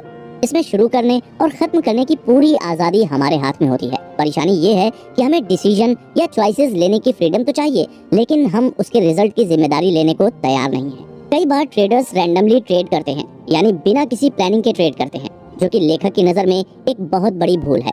रैंडमनेस को हम बिना जिम्मेदारी लिए एक अनस्ट्रक्चर्ड फ्रीडम कह सकते हैं। जब हम वेल डिफाइंड प्लान के बिना और अनलिमिटेड वेरिएबल्स के साथ ट्रेड करते हैं तो सक्सेसफुल ट्रेडर्स के लिए क्रेडिट लेना तो बहुत आसान होता है, क्योंकि हम कहते हैं कि कुछ मेथड मौजूद था। पर दूसरी ओर उन ट्रेडर्स की जिम्मेदारी लेने से बचना बहुत आसान है जो उस तरह से नहीं निकले जैसा हम चाहते थे, क्योंकि हम अपनी गलती मानने की बजाय किसी वेरिएबल को दोष देते हैं जिनके बारे में हमें पहले से पता नहीं था, और इसलिए हम पहले से इसको कंसीडर नहीं कर सकते थे। यदि मार्केट बिहेवियर वास्तव में रैंडम होता तो कंसिस्टेंसी पैदा करना नामुमकिन होता। यदि कंसिस्टेंट होना इम्पॉसिबल है तो हमें वास्तव में जिम्मेदारी लेने की आवश्यकता नहीं है। इस लॉजिक के साथ समस्या ये है कि मार्केट का हमारा डायरेक्ट एक्सपीरियंस हमें कुछ अलग बताता है। मार्केट में वही बिहेवियर पैटर्न बार बार सामने आते हैं। भले ही हर एक इंडिविजुअल पैटर्न का रिजल्ट रैंडम होता है, लेकिन पैटर्न की एक सीरीज का रिजल्ट हमेशा कंसिस्टेंट होता है। ये चीज स्टैटिस्टिकली भी रिलायबल है। ये एक ऐसा पैराडॉक्स है जिसे बड़ी आसानी से एक डिसिप्लिन्ड, ऑर्गेनाइज्ड और एक कंसिस्टेंट अप्रोच के साथ हल किया जा सकता है। रैंडम अप्रोच हो सकता है आज आपके फेवर में काम कर रही हो, पर कल को हो सकता है ये धोखा दे जाए, और यही रैंडमनेस ही आपकी असफलता का कारण बन जाए। इसलिए हर ट्रेडर को अपने ट्रेड की पूरी जिम्मेदारी लेनी चाहिए, न कि सब कुछ किस्मत या रैंडमनेस पर टाल देना चाहिए। ट्रेडिंग की तीसरी दिक्कत भी कहीं न कहीं दूसरी दिक्कत से ही जुड़ी हुई है, और वो है रैंडम रिवार्ड्स की लत लग जाना। अब आप ये सुनकर सोच रहे होंगे कि अब रिवार्ड्स मिलने की आदत से क्या दिक्कत है, तो चलिए बताते हैं कि इससे दिक्कत क्या है। एक बंदर को आप किसी एक खास टास्क करने पर हर दफा रिवार्ड दीजिए, वो जल्दी ही इस चीज का आदी हो जाता है और वही टास्क करने की कोशिश करता है। ये रिवार्ड देना बंद कर दीजिए और वो उतने ही जल्दी उस टास्क को करना बंद कर देगा। लेकिन अगर आप कभी कभी उस टास्क पर उसे रिवार्ड देते रहिए तो वो रिवार्ड की उम्मीद से उस टास्क को करता रहेगा। यही हालत हम लोगों की भी है। लेखक का कहना है कि उन्हें ये समझ नहीं आता कि हम रैंडम रिवार्ड्स के लिए हमेशा तैयार क्यों बैठे रहते हैं। उनको लगता है कि ये उन यूफोरिया इंड्यूसिंग केमिकल से रिलेटेड है जो एक अनएक्सपेक्टेड प्लेजेंट सरप्राइज पाने पर हमारे दिमाग में रिलीज होते हैं। यदि कोई पुरस्कार रैंडम होता है तो हमें इसका कभी अंदाजा नहीं हो पाता कि हम इसे कब और कैसे पा सकते हैं। इस रिवार्ड से जो खुशी मिलती है या उस मजेदार एक्सपीरियंस पाने की आशा में एनर्जी और रिसोर्सेज को खर्च करना फिर मुश्किल नहीं है। वास्तव में कई लोगों के लिए ये बहुत एडिक्टिंग हो सकता है। दूसरी ओर जब हम किसी विशेष रिजल्ट की आशा करते हैं और वो नहीं मिलता है तो हम डिसअपॉइंट हो जाते हैं और बुरा महसूस करते हैं। यदि हम इसे फिर से करते हैं और वही डिसअपॉइंटिंग रिजल्ट मिलता है तो इसके चांसेस बहुत कम है कि हम वो काम करते रहेंगे जिससे हम जानते हैं कि उसे करने से हमें इमोशनल पेन होगा। किसी भी एडिक्शन के साथ प्रॉब्लम ये है कि ये हमें चॉइसलेसनेस की स्थिति में छोड़ देता है। ये एडिक्शन जिस हद तक हम पर हावी होता है उतना ही हमारा ध्यान और कोशिशें उस ऑब्जेक्ट ऑफ एडिक्शन को पाने में लगता है। बाकी सब पॉसिबिलिटीज जो हर समय मौजूद होती हैं, दूसरी जरूरतों को पूरा करने के लिए वो या तो इग्नोर कर दिया जाता है या फिर डिसमिस कर दिया जाता है। ये दूसरी जरूरतें क्या हैं? ये है खुद पर भरोसा करने की जरूरत है और हमारी ज्यादा एसेट्स को जोखिम में नहीं डालने की जरूरत। हम अपने एडिक्शन को सेटिस्फाई करने के अलावा और कोई काम करने में अपने आप को पावरलेस महसूस करते हैं। ये जो रैंडम रिवार्ड का नशा होता है ये ट्रेडर्स के लिए विशेष रूप से परेशानी का सबब बनता है। ये उस मेंटल स्ट्रक्चर को बनाने में एक और रुकावट पैदा करती है जिससे उसके काम में कंसिस्टेंसी आ सके। इसलिए अगर आप ट्रेडिंग की दुनिया में उतरने वाले हैं या अभी ट्रेड कर रहे हैं तो ध्यान रखें कि रैंडम ट्रेड और गिफ्ट्स की आदत बिल्कुल न डालें। चौथी और सबसे बड़ी गलती जो हर ट्रेडर कभी न कभी करता है वो ये है कि ये सोचना कि वो मार्केट को कंट्रोल कर सकता है। हमारी अपब्रिंगिंग ने हमें एक सोशल एनवायरनमेंट में काम करने के लिए प्रोग्राम किया है। इसका मतलब है कि हमने हमारी नीड्स, वांट्स और इच्छाओं को पूरा करने के लिए कुछ थिंकिंग स्ट्रेटजीज हासिल कर लिया है जो सोशल इंटेंशन के लिए सुटेबल है। हमने न केवल उन नीड्स, वांट्स और इच्छाओं को पूरा करने के लिए एक दूसरे पर डिपेंड रहना सीख लिया है जो हम खुद पूरा नहीं कर सकते, बल्कि इस प्रोसेस में हमने कई सोशल बेस्ड कंट्रोलिंग और मैनिपुलेटिंग टेक्निक्स भी हासिल कर लिए हैं। इसके जरिए हम और लोगों को इस तरह से व्यवहार करने को मजबूर करते हैं जैसा कि हम चाहते हैं। लेकिन ट्रेडिंग की दुनिया इससे पूरी तरह से उल्टी है। ये एक ऐसी जगह है जहां आपको अपना फायदा खुद ही देखना होता है। मार्केट पर डिपेंड करना तो दूर की बात है, यहाँ हमारा जरा भी बस नहीं चलता है। मार्केट कंट्रोल और मैनिपुलेशन के बल पर नहीं चलता, बल्कि टेक्निक और सूझबूझ से चलता है। तो ट्रेडिंग की दुनिया में किसी को ये नहीं सोचना चाहिए कि वो मार्केट को अपनी उंगलियों पर नचा सकता है, लेकिन हम अपने परसेप्शन और मार्केट इंफॉर्मेशन को समझने और अपने बिहेवियर को जरूर कंट्रोल कर सकते हैं। तभी हम एक ऑब्जेक्टिव पर्सपेक्टिव से काम कर सकते हैं। जिम्मेदारी उठाना और मेंटल एनवायरनमेंट सुधारना। अभी तक हम ये बात कर रहे थे कि हमें अपनी मेंटालिटी की किस किस चीज से बचना है और उसको अपने ट्रेडिंग के काम में इंटरफियरेंस नहीं करने देना है। आइए अब बात करते हैं कि हमें मेंटली स्ट्रांग कैसे बनना है। जिम्मेदारी लेना कहने में बहुत सिंपल लगता है, पर इसके कॉन्सेप्ट को समझना और अपने ट्रेडिंग में इस्तेमाल करना बहुत मुश्किल है। हम सभी ने जिम्मेदारी जैसे शब्द को सुना है और जरूरत पड़ने पर सामना किया है। हमारे जीवन में कई बार ऐसे मौके आए हैं जहां हम जिम्मेदारी लेते हैं तो हमें लगता है कि हम जानते हैं कि जिम्मेदारी का मतलब क्या होता है, लेकिन अपनी जिम्मेदारी और अपनी ट्रेडिंग की जिम्मेदारी दो अलग अलग चीजें हैं। अपनी ट्रेडिंग की जिम्मेदारी लेना और सक्सेस पाने के सही प्रिंसिपल्स को सीखना आपस में जुड़े हुए हैं। आपको ये एकदम गहराई के साथ समझना होगा कि ट्रेडिंग में सक्सेस के लिए आप कैसे जिम्मेदार हैं और कैसे जिम्मेदार नहीं भी हैं। तभी आप उन कैरेक्टरिस्टिक्स को अपना सकते हैं जो आपको उन ट्रेडर्स के चुनिंदा ग्रुप में शामिल करेगा जो मार्केट में लगातार सफल होते हैं। इसके लिए आपको अपने मेंटल एनवायरनमेंट को भी नया आकार या शेप देना होगा, जिससे आप एक नए और बेहतर व्यक्ति और ट्रेडर के रूप में आगे बढ़ पाएं। अपने इस नए वर्जन को बनाने के लिए आप जिन टूल्स को यूज करेंगे वो है आपकी विलिंगनेस और सीखने की इच्छा, जो आपके सफल होने के जुनून से प्रेरित होगी। यदि सीखने की इच्छा और विलिंगनेस आपके प्राइमरी टूल्स हैं, तो आपका माध्यम क्या है? एक मूर्ति बनाने वाला कलाकार कई माध्यम से काम करना चुन सकता है, मिट्टी, संगमरमर या धातु। लेकिन यदि आप अपना नया वर्जन बनाना चाहते हैं या ऐसी पर्सनालिटी बनना चाहते हैं जो लगातार आपको एक सफल ट्रेडर बनाए, तो आपके पास केवल आपकी बिलीफ्स और एटीट्यूड हैं। आपके आर्टिस्टिक कोशिश का माध्यम आपका मेंटल एनवायरनमेंट होगा, जहां आप अपनी सीखने की इच्छा से आप अपने बिलीफ्स और एटीट्यूड को रिस्ट्रक्चर और इंस्टॉल कर सकते हैं, जो आपके अल्टीमेट गोल को पाने के लिए आवश्यक है। अगर आप इस समरी को यहाँ तक सुन चुके हैं तो यही कहा जा सकता है कि आपका अल्टीमेट गोल कंसिस्टेंसी है। यदि आप ज्यादातर ट्रेडर्स की तरह हैं, तो आपको आपके लिए उपलब्ध अवसरों की पूरी इंफॉर्मेशन नहीं है। अपने पोटेंशियल को अधिक से अधिक यूज करने के लिए, उसे अपने जीवन में अधिक से अधिक रियलिटी बनाने के लिए आपका प्राइमरी गोल ये होना चाहिए कि आपको ये सीखना है कि कैसे कंसिस्टेंटली सक्सेसफुल ट्रेडर की तरह सोचना है। याद रखें, सक्सेसफुल ट्रेडर कई तरह के यूनिक तरीके से सोचते हैं।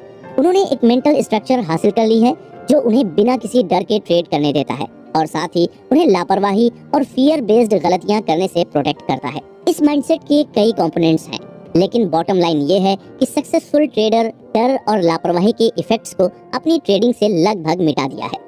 ये दो फंडामेंटल कैरेक्टरिस्टिक्स उन्हें कंसिस्टेंट रिजल्ट देते हैं। जब आप इस माइंडसेट को हासिल कर लेंगे तो आप भी बिना किसी डर के ट्रेडिंग कर सकेंगे। आप फियर बेस्ड एरर्स को अवॉइड कर सकेंगे, जो रैशनलाइजिंग, अनजाने में इंफॉर्मेशन को डिस्टॉर्ट करने, हिचकने, समय से पहले फैसले लेने या फिर ज्यादा उम्मीद रखने से होती है। एक बार जब डर चला गया तो कोई कारण नहीं होगा इन एरर्स या गलतियों को करने का, और ये गलतियां आपके ट्रेडिंग से लगभग गायब हो जाएंगी। हालांकि डर को खत्म करना केवल आधा क्वेश्चन है। दूसरा हिस्सा है रिस्ट्रेंट डेवलप करने की जरूरत। एक्सीलेंट ट्रेडर्स ने सीखा है कि इंटरनल डिसिप्लिन होना बहुत जरूरी है, या फिर एक ऐसा मेंटल मैकेनिज्म जो अधिक उत्साह के नेगेटिव इफेक्ट्स या लगातार विनिंग ट्रेड से आने वाले ओवर कॉन्फिडेंस को सर पर न चढ़ने दे। हम सबको सिखाया गया होगा कि कभी भी घमंड नहीं करना चाहिए। ट्रेडिंग की दुनिया में भी ये रूल लागू होता है। एक ट्रेडर के लिए जीतना बेहद खतरनाक है। यदि उस ट्रेडर ने अपने आप को मॉनिटर और कंट्रोल करना नहीं सीखा है तो। अब मान लीजिए कि आप कुछ ट्रेड लगातार जीत गए। यदि कुछ विनिंग ट्रेड्स आपको ऐसे केयरलेस स्टेट में पहुंचा देते हैं जो आपकी सफलता के लिए एक आवश्यक कंपोनेंट है, लेकिन सही एटीट्यूड पर बेस्ड नहीं है, तो आपके पास नेचर ऑफ ट्रेडिंग की एक बहुत ही गलत समझ है जो डेफिनेटली इमोशनल और फाइनेंशियल डिजास्टर ही देगी। कुछ विनिंग ट्रेड्स पाने का मतलब ये नहीं है कि आप एक अच्छे ट्रेडर बन गए हैं, लेकिन आपको ऐसा लगेगा क्योंकि ये हमें ऐसे स्टेट ऑफ माइंड में ले जाता है जो केवल सबसे अधिक अकम्प्लिश्ड और कंसिस्टेंट बेसिस पर एक्सपीरियंस करते हैं। सच्चाई ये है कि एक विनिंग ट्रेड पाने के लिए आपको थोड़ी सी भी स्किल की जरूरत नहीं है। लेखक का कहना है कि वो ऐसे कई लोगों के बारे में जानते हैं जिन्होंने अपनी शुरुआत की trading career string of winning trades के साथ किया था। जब आप आत्मविश्वास से भरे हों और किसी भी डर और चिंताओं से फ्री महसूस कर रहे हों, विनिंग ट्रेड्स की स्ट्रिंग के फ्लो में आना आसान है। ये एक तरह की नेचुरल रिदम बन जाती है जहां आपको क्या करना है बिल्कुल ऑब्वियस या सेल्फ एविडेंट होती है।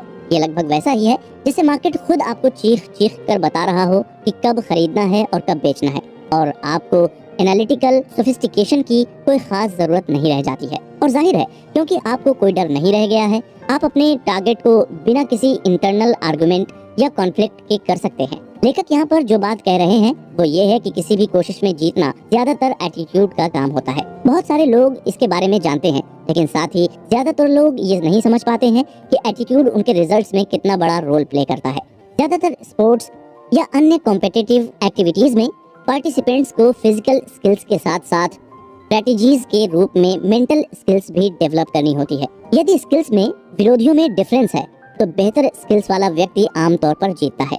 जब एक अंडरडॉग एक बेहतर अपोनेंट को हरा देता है तो इसमें डिटरमाइनिंग फैक्टर क्या है? जब दो विरोधी इक्वली मैच्ड हो तो वो कौन सा फैक्टर है जो किसी एक का पलड़ा भारी कर देता है? दोनों ही मामलों में जवाब है एटीट्यूड। जानते हैं ट्रेडिंग को इतना इंटरेस्टिंग और साथ ही सीखना इतना मुश्किल क्यों बनाता है? वो ये है कि आपको वाकई में बहुत ज्यादा स्किल की जरूरत नहीं है, आपको बस एक जीनियस विनिंग एटीट्यूड चाहिए। कुछ विनिंग ट्रेड्स एक्सपीरियंस करके आपको एक विनर की फीलिंग आ जाती है और यही फीलिंग विनिंग स्ट्रीक को बनाए रखती है। यही कारण है कि एक नौसिखिए या नोवाइस ट्रेडर के लिए विनिंग ट्रेड की एक स्ट्रिंग बनाए रखना संभव है, जबकि इंडस्ट्री के कई एक्सीलेंट मार्केट एनालिस्ट्स ऐसी विनिंग ट्रेड स्ट्रिंग के लिए कुछ भी करने को तैयार हो जाएंगे। एनालिस्ट्स के पास स्किल्स हैं, लेकिन उनके पास विनिंग एटीट्यूड नहीं होते हैं। वे डर डर कर काम करते हैं। नोवाइस ट्रेडर्स को विनिंग एटीट्यूड का अनुभव होता है क्योंकि वो अभी डरता नहीं है, लेकिन इसका मतलब ये नहीं है कि उसके पास विनिंग एटीट्यूड है। इसका मतलब केवल ये है कि उसने अभी तक ट्रेडिंग एक्टिविटीज से ऐसा कोई अनुभव नहीं पाया है जो उसे डरा दे। आखिरकार हमारे नोवाइस ट्रेडर्स को नुकसान होगा और वो गलत साबित होगा, चाहे वो कितना भी पॉजिटिव क्यों ना महसूस कर रहा हो। ट्रेडिंग में हारना और गलती होना इनएविटेबल है, बल्कि ये तो जिंदगी और ट्रेडिंग दोनों की हकीकत है। बेस्ट एनालिटिकल स्किल्स के साथ और जो सबसे पॉजिटिव एटीट्यूड मुमकिन हो, उसके होते हुए भी एक ट्रेडर को कभी ना कभी एक लूजिंग ट्रेड का अनुभव होकर रहेगा। मार्केट में बहुत ज्यादा उतार चढ़ाव होते हैं और उसमें अस्थिरता बनी रहती है। साथ ही इतने अधिक वेरिएबल्स होते हैं कि जिन्हें ध्यान में रखना पड़ता है कि किसी भी ट्रेडर के हर बार सही होने के चांसेस बहुत कम है। अगर आपके मन में आ रहा होगा कि तब क्या होता है जब एक नोवाइस ट्रेडर इनविटेबली हार जाता है, उसकी केयर फ्री या चिंता मुक्त स्थिति पर क्या प्रभाव पड़ेगा? इस प्रश्न का उत्तर यही है कि ये इस बात पर डिपेंड करता है कि ट्रेडिंग से वो क्या उम्मीद लेकर चला था और वो इस एक्सपीरियंस को कैसे इंटरप्रेट करता है। ये उसके बिलीव्स और एटीट्यूड पर डिपेंड करता है। रिएक्टिंग टू लॉस, अगर वो ये मानकर चल रहा है कि नुकसान से बचने का कोई पॉसिबल तरीका नहीं है क्योंकि हारना ट्रेडिंग का नेचुरल कॉन्सिक्वेंस है, तो जाहिर सी बात है कि उसके एटीट्यूड में कोई फर्क नहीं आएगा और वो अगले ट्रेड में लग जाएगा, और यही सही ट्रेडिंग एटीट्यूड भी है। लेकिन अगर इसके लिए प्रिपेयर्ड नहीं था तो उसे इस इंसिडेंट से इमोशनल पेन भी होगा। यही दर्द या तो उसे बना देगा या फिर उसे बर्बाद कर देगा। Winners, losers, boomers and busters. Mark Douglas की ट्रेडिंग इन द जोन की समरी के इस अध्याय में हम जानेंगे कि कैसे ट्रेडर्स को विनर्स, लूजर्स, बूमर्स और बस्टर्स की कैटेगरी में बांटा जाता है। आपको सुनकर लग रहा होगा कि ये क्या बचकानी चीज है, लेकिन ये बचकानी चीज नहीं है। वास्तव में हर ट्रेडर को इन्हीं कैटेगरीज में बांटा जाता है। इसका कारण ये है कि ज्यादातर ट्रेडर्स या तो हार के ट्रेडिंग छोड़ देते हैं या वो कुछ समय में सक्सेस के असली सोर्स का पता लगा लेते हैं। इस बीच कुछ ट्रेडर्स ट्रेडिंग में इतना तो सही कर ही लेते हैं कि वो एक ऐसे साइकिल में पहुंच जाते हैं जिसे आमतौर पर बूम एंड बस्ट साइकिल कहा जाता है। अब तक जो नोवाइस ट्रेडर का एग्जाम्पल लिया है, उसके दिमाग में इम्प्रेशन पड़ रहा होगा कि हर किसी में एक नेगेटिव एटीट्यूड होता है, लेकिन ये जरूरी नहीं है। हर कोई नेगेटिव नहीं होता है और न ही ये जरूरी है कि वो हारेगा ही। हाँ, ये सच है कि कुछ ट्रेडर्स लगातार हारते हैं और वो भी तब तक जब तक वे सब कुछ गंवा देते हैं या फिर ट्रेड करना ही छोड़ देते हैं, क्योंकि वे गंवाने का और इमोशनल पेन या सदमा बर्दाश्त नहीं कर सकते हैं। हालांकि कई ट्रेडर्स ऐसे भी हैं जो मार्केट के पक्के स्टूडेंट होते हैं और ट्रेडिंग करने के लिए नीडेड विनिंग एटीट्यूड रखते हैं, इसलिए वो आखिरकार कठिनाइयों के बावजूद पैसा कमाना सीख जाते हैं। लेकिन और इस पर लेखक ने काफी जोर दिया है कि वे केवल लिमिटेड बेसिस पर ही पैसा कमाना सीखते हैं। उन्होंने अभी तक ये नहीं सीखा है कि यूफोरिया या अति उत्साह का जो उल्टा असर पड़ता है उससे मुकाबला कैसे करें, या फिर उनको ये भी नहीं पता होता कि खुद ही अपना नुकसान करने के चांसेस से किस तरह से बचे। यूफोरिया और सेल्फ सबोटेज दो शक्तिशाली साइकोलॉजिकल फोर्सेस हैं जिनका आप पर गहरा नेगेटिव इफेक्ट पड़ेगा, लेकिन वे ऐसी ताकतें नहीं हैं जिनसे आपको ज्यादा चिंता करना पड़े, कम से कम तब तक तो नहीं जब तक आप विन कर रहे हों, या यूं कहें कि लगातार जीत रहे हों। जब आप जीत रहे होते हैं तो ऐसी पॉसिबिलिटीज पर ध्यान कम जाता है और फिर यूफोरिया जैसी फीलिंग एक समस्या भी हो सकती है, ये तो आप बिल्कुल नहीं सोचेंगे। यूफोरिया या अति उत्साह के साथ दिक्कत ये है, ये सुप्रीम कॉन्फिडेंस पैदा करता है जिससे आपको लगने लगता है कि कुछ भी गड़बड़ हो ही नहीं सकता, ऑलमोस्ट अनथिंकेबल। दूसरी ओर सेल्फ सबोटेज की वजह से जो गलतियां होती हैं वो कुछ ऐसे कॉन्फ्लिक्ट पैदा करती हैं कि जैसे ट्रेडर्स विन करना डिजर्व भी करते हैं कि नहीं।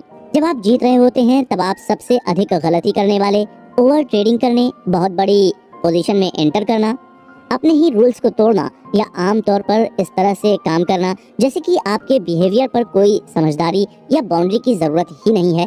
हो सकता है कि आप ये भी सोचने लगें कि आप ही मार्केट के गुरु हैं, हालांकि मार्केट शायद ही कभी आपसे एग्री करे, और जब ये एग्री नहीं करता है तो हमें गहरी चोट लग जाती है। नुकसान और इमोशनल पेन आमतौर पर काफी सिग्निफिकेंट होते हैं।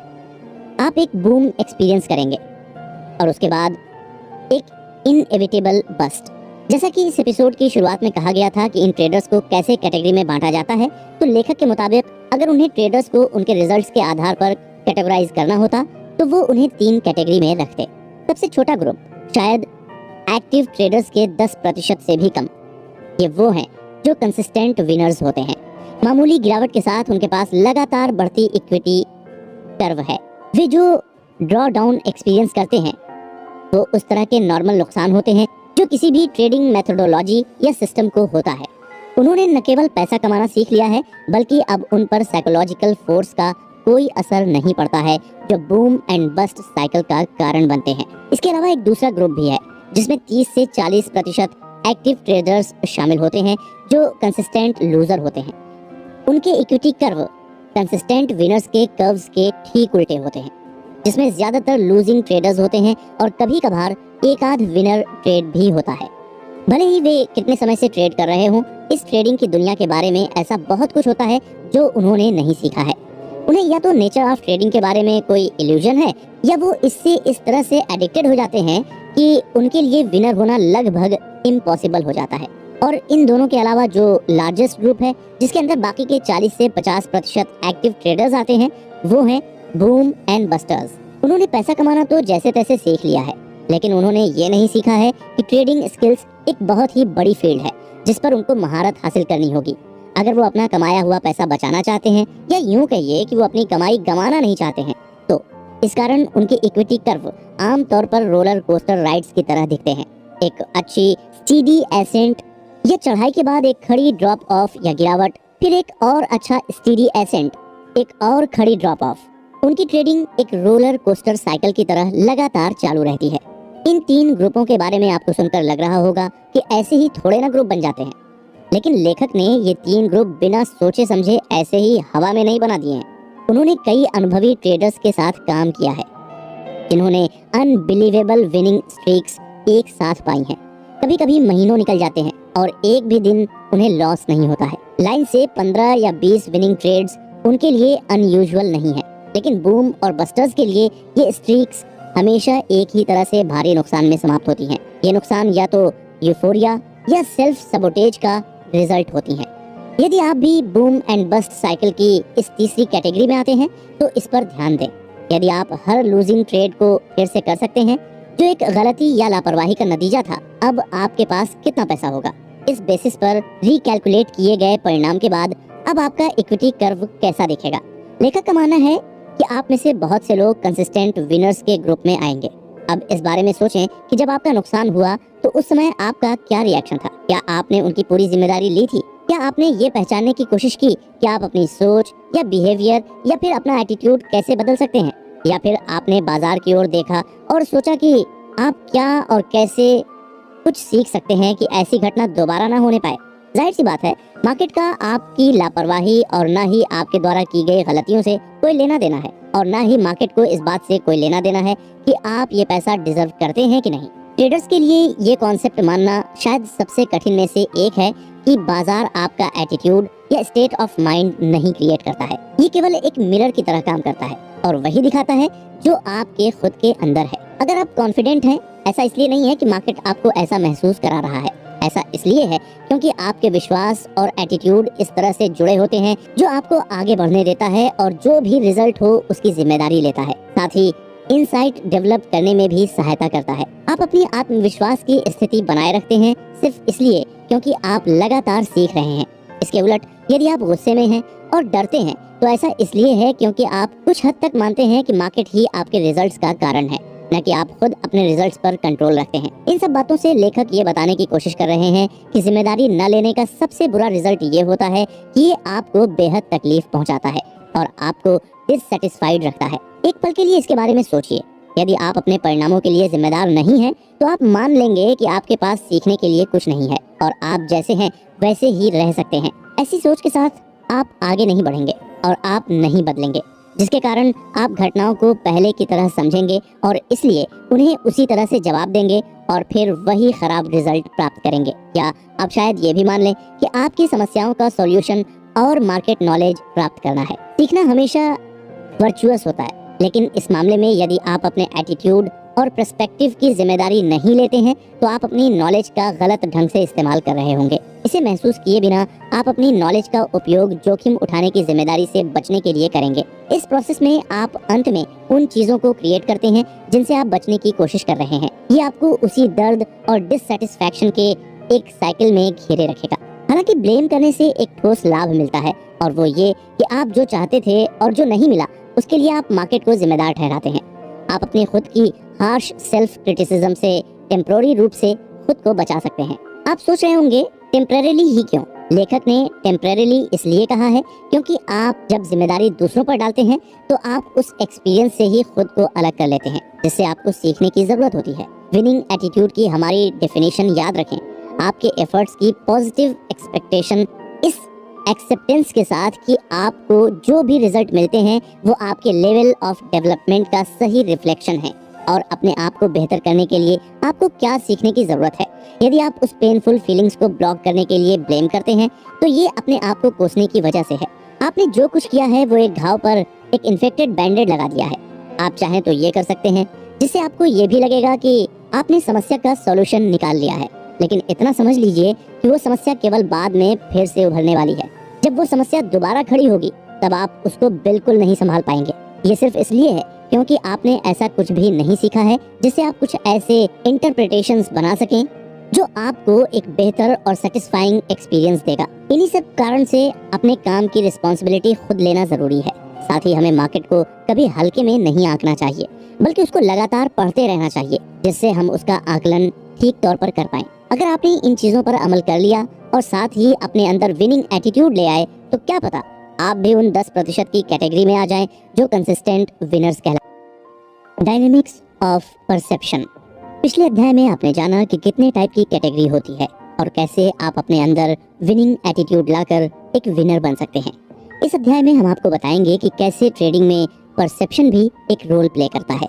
इस बुक समरी का एक प्राइमरी पर्पस आपको ये सिखाना है कि मार्केट इंफॉर्मेशन से तकलीफ की थ्रेट को कैसे दूर किया जाए। बाजार से जो इन्फॉर्मेशन मिलती है वो अपने आप में हैप्पी या पेनफुल नहीं होती है। बाजार के नजरिए से ये सब बस इन्फॉर्मेशन है। ऐसा लग सकता है कि बाजार आपको वो फीलिंग महसूस करा रहा है जैसे आप किसी भी समय महसूस कर रहे हों, लेकिन ऐसा है नहीं। ये आपका अपना मानसिक स्ट्रक्चर है जो डिसाइड करता है कि आप कैसे उस इन्फॉर्मेशन को परसीव करें, आप कैसा महसूस करें और एज अ रिजल्ट आपका स्टेट ऑफ माइंड ऐसा है कि नहीं कि आप आराम से बाजार जो कुछ भी अपॉर्चुनिटी दे रहा है उसके फ्लो में बहते हुए उसका लाभ उठाएं। प्रोफेशनल्स मार्केट्स के बारे में कुछ भी पेनफुल नहीं समझते हैं, इसलिए उनको कोई थ्रेट महसूस नहीं होती। अगर कोई खतरा नहीं है तो बचाव की भी कोई जरूरत नहीं है, जिसके कारण उनके कॉन्शियस या सबकॉन्शियस डिफेंस मैकेनिज्म को अलर्ट रहने के लिए कोई कारण नहीं है। यही कारण है कि प्रोफेशनल वो सब चीजें देख सकते हैं और कर सकते हैं जो हर किसी को रहस्यमय लगती है। वे फ्लो में हैं क्योंकि वे एक अवसर की लिमिटलेस फ्लो को एक्सपीरियंस कर रहे हैं, और जब वे फ्लो में नहीं होते हैं तो सबसे बेहतरीन लोग उस फैक्ट को पहचान सकते हैं और फिर या तो वापस स्केलिंग करके या बिल्कुल भी ट्रेडिंग न करके उसको कंपनसेट करने की कोशिश करते हैं। यदि आपका एम प्रोफेशनल की तरह ट्रेडिंग करना है तो आपको बाजार को एक ऑब्जेक्टिव नजरिए से देखने की काबिलियत होनी चाहिए। आपको बिना किसी रेजिस्टेंस या हेजिटेशन के काम करने में सक्षम होना चाहिए, लेकिन ओवर कॉन्फिडेंस या यूफोरिया में डूब कर नहीं, बल्कि कुछ हद तक अपने ऊपर पॉजिटिव रेस्ट्रेन रखकर। इसे ब्रीफली कहें तो आपका ऑब्जेक्टिव है मन की एक ऐसी यूनिक स्थिति क्रिएट करना जिसे एक ट्रेडिंग मेंटालिटी कहा जा सकता है। जब आप इसे पूरा कर लेंगे तो एक ट्रेडर के सक्सेस के बारे में बाकी सब कुछ ठीक हो जाएगा। अब आपके मन में ये सवाल आ रहा होगा कि इस गोल को कैसे पूरा करूं? तो उसके लिए लेखक ने आपको उस गोल को पाने में आपकी मदद करने के लिए बाजार के साथ अपने संबंधों को फिर से डिफाइन करने का एक तरीका दिया है।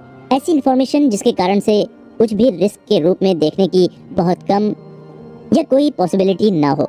रीडिफाइन से उनका मतलब है कि आपके पर्सपेक्टिव को बदलने और एक मेंटल स्ट्रक्चर से बाहर निकलने से है जो आपका ध्यान अवेलेबल अपॉर्चुनिटीज पर फोकस करे, न कि आपके अंदर के इमोशनल पेन को। इसके लिए सबसे पहले हमें अपने मेंटल सॉफ्टवेयर को डीबग करना होगा। दूसरे शब्दों में हम चाहते हैं कि हमारे मानसिक सॉफ्टवेयर कोड में से बग्स निकल जाएं और हमारा दिमाग ठीक हो जाए। इस काम को इफेक्टिवली करने के लिए नेचर ऑफ मेंटल स्ट्रेटजी की समझ की आवश्यकता होगी, और आप इस एनर्जी का उपयोग बाजार की इंफॉर्मेशन के लिए एक अनवांटेड नेगेटिव इमोशनल रिस्पॉन्स पैदा करने वाले पर्सपेक्टिव को बदलने के लिए कैसे क्या कर सकते हैं, इस पर फोकस करेंगे।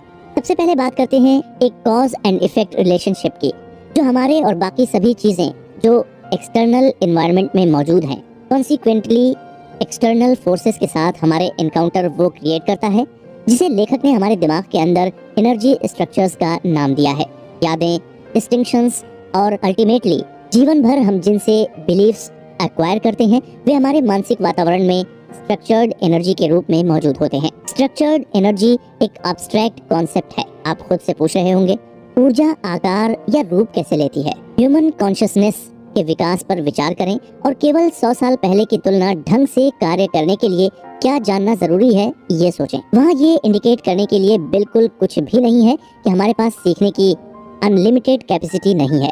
बस डिफरेंस इतना सा है कि जितना आज के समय में हम अवेयर हैं, अगर उतना अवेयर कोई 100 साल पहले होता तो उसका दिमाग हिल जाता। तो अपने दिमाग की इस कैपेसिटी का हमें भरपूर फायदा उठाना चाहिए।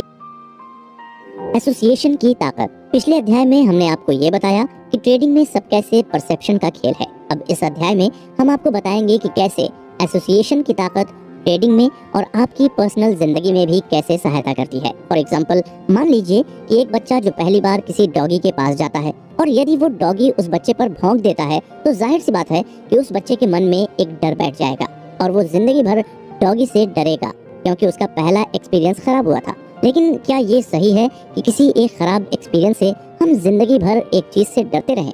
इस एग्जाम्पल की तरह ट्रेड की दुनिया भी है, जहाँ कुछ ट्रेड हमें खराब एक्सपीरियंस देंगे, परंतु इसका ये मतलब नहीं है कि हम ट्रेड करना ही छोड़ दें।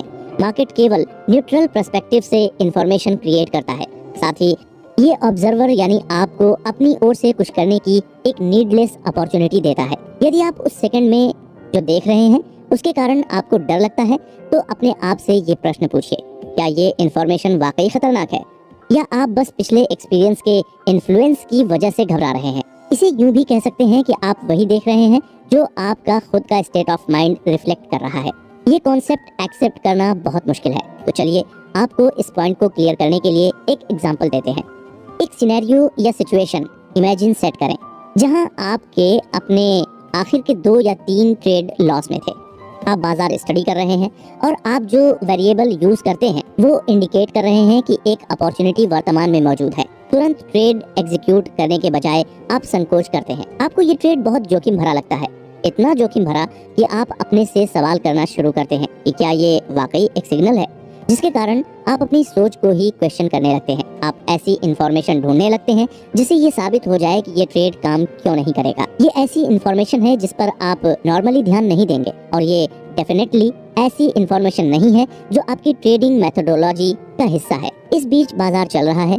अनफॉर्चुनेटली ये आपकी ओरिजिनल एंट्री पॉइंट से दूर जा रहा है, जिस पॉइंट पर आप टारगेट में शामिल हो जाते यदि आप हेजिटेट नहीं करते। अब आप में कॉन्फ्लिक्ट पैदा हो गया है क्योंकि आप अभी भी ट्रेड करने जा रहे हैं और विनिंग ट्रेड को खो देने का ख्याल पेनफुल है।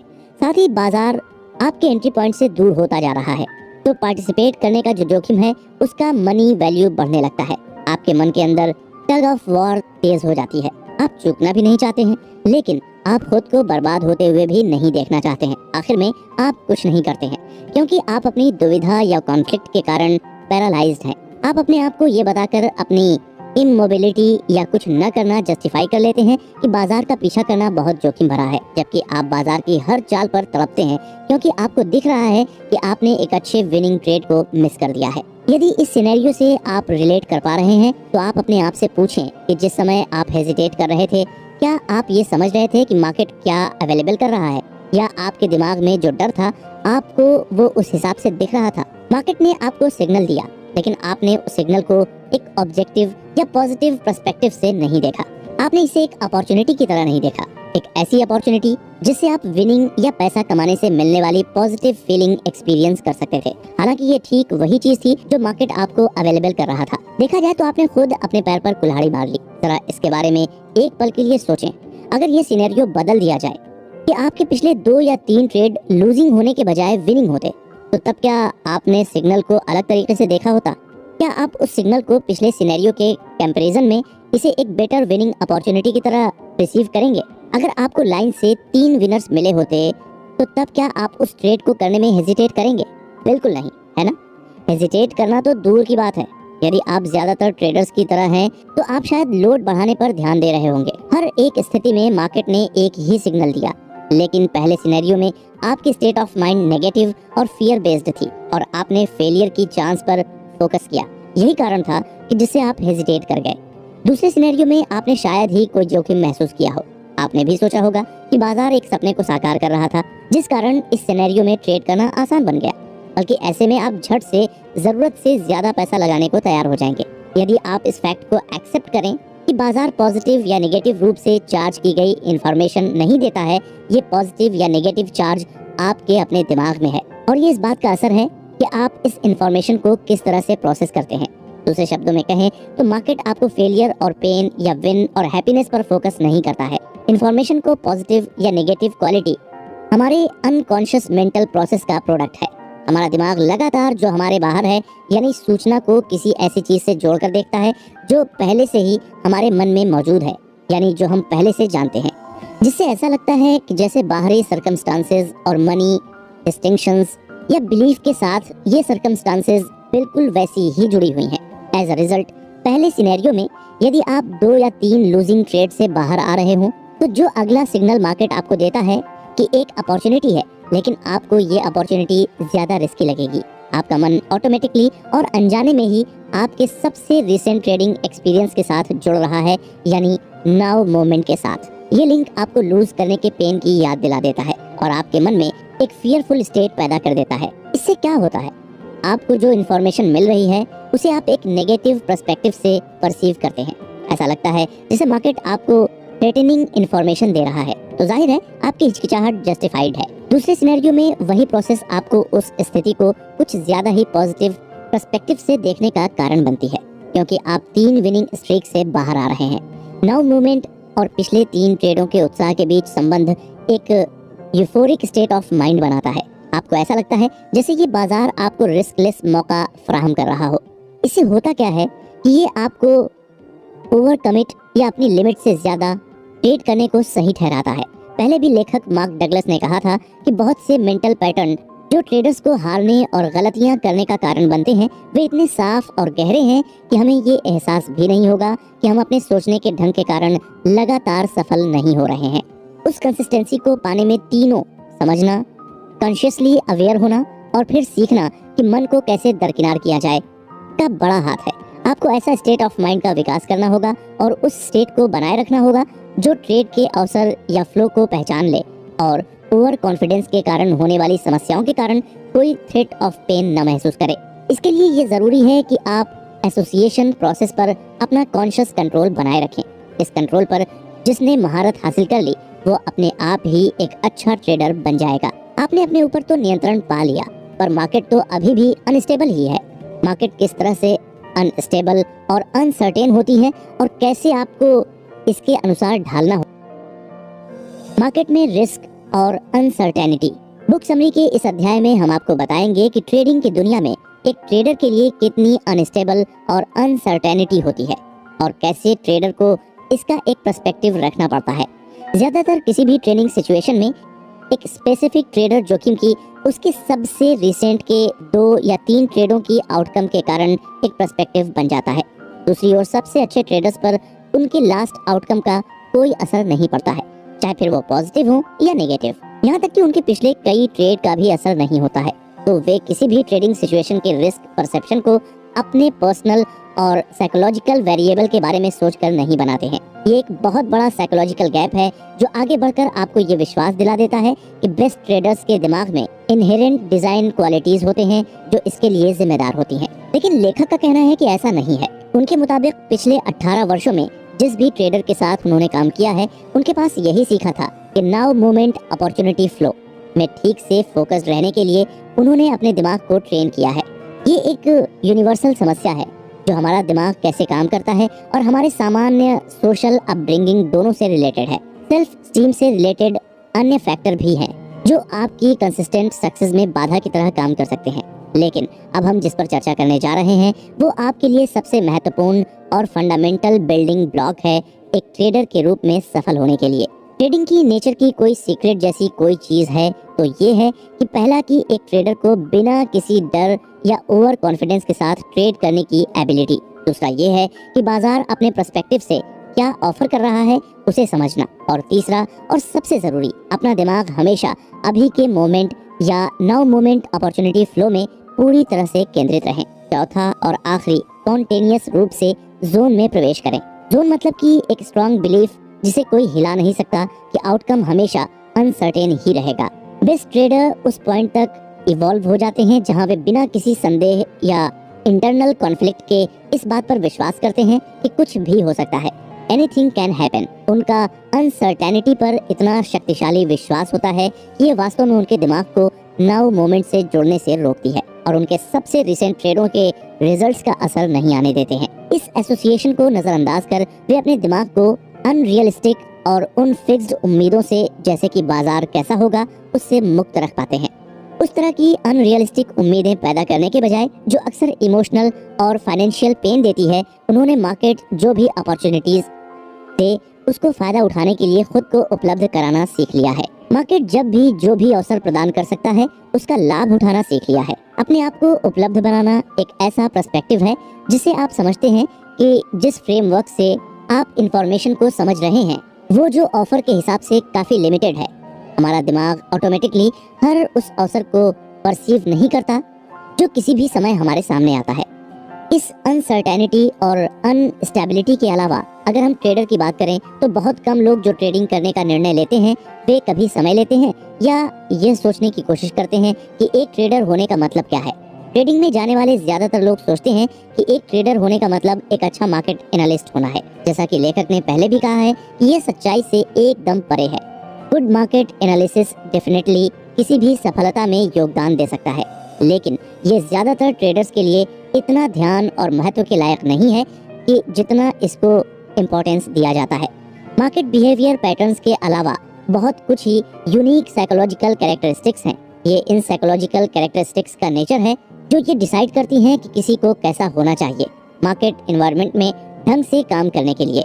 ऐसे वातावरण में इफेक्टिवली काम करना जिसके सभी गुण, ट्रेड्स या विशेषताएं उन सब से फर्क जिसकी हमें आदत है, तो हमें अपने सोचने के ढंग में कुछ एडजस्टमेंट या चेंजेस करने की आवश्यकता होती है।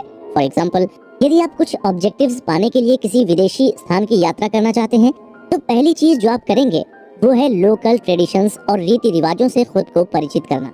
ऐसा करने से आप उन तरीकों को सीखेंगे जिससे उस वातावरण में सफलतापूर्वक काम करने के लिए आपको अडॉप्ट करना होगा।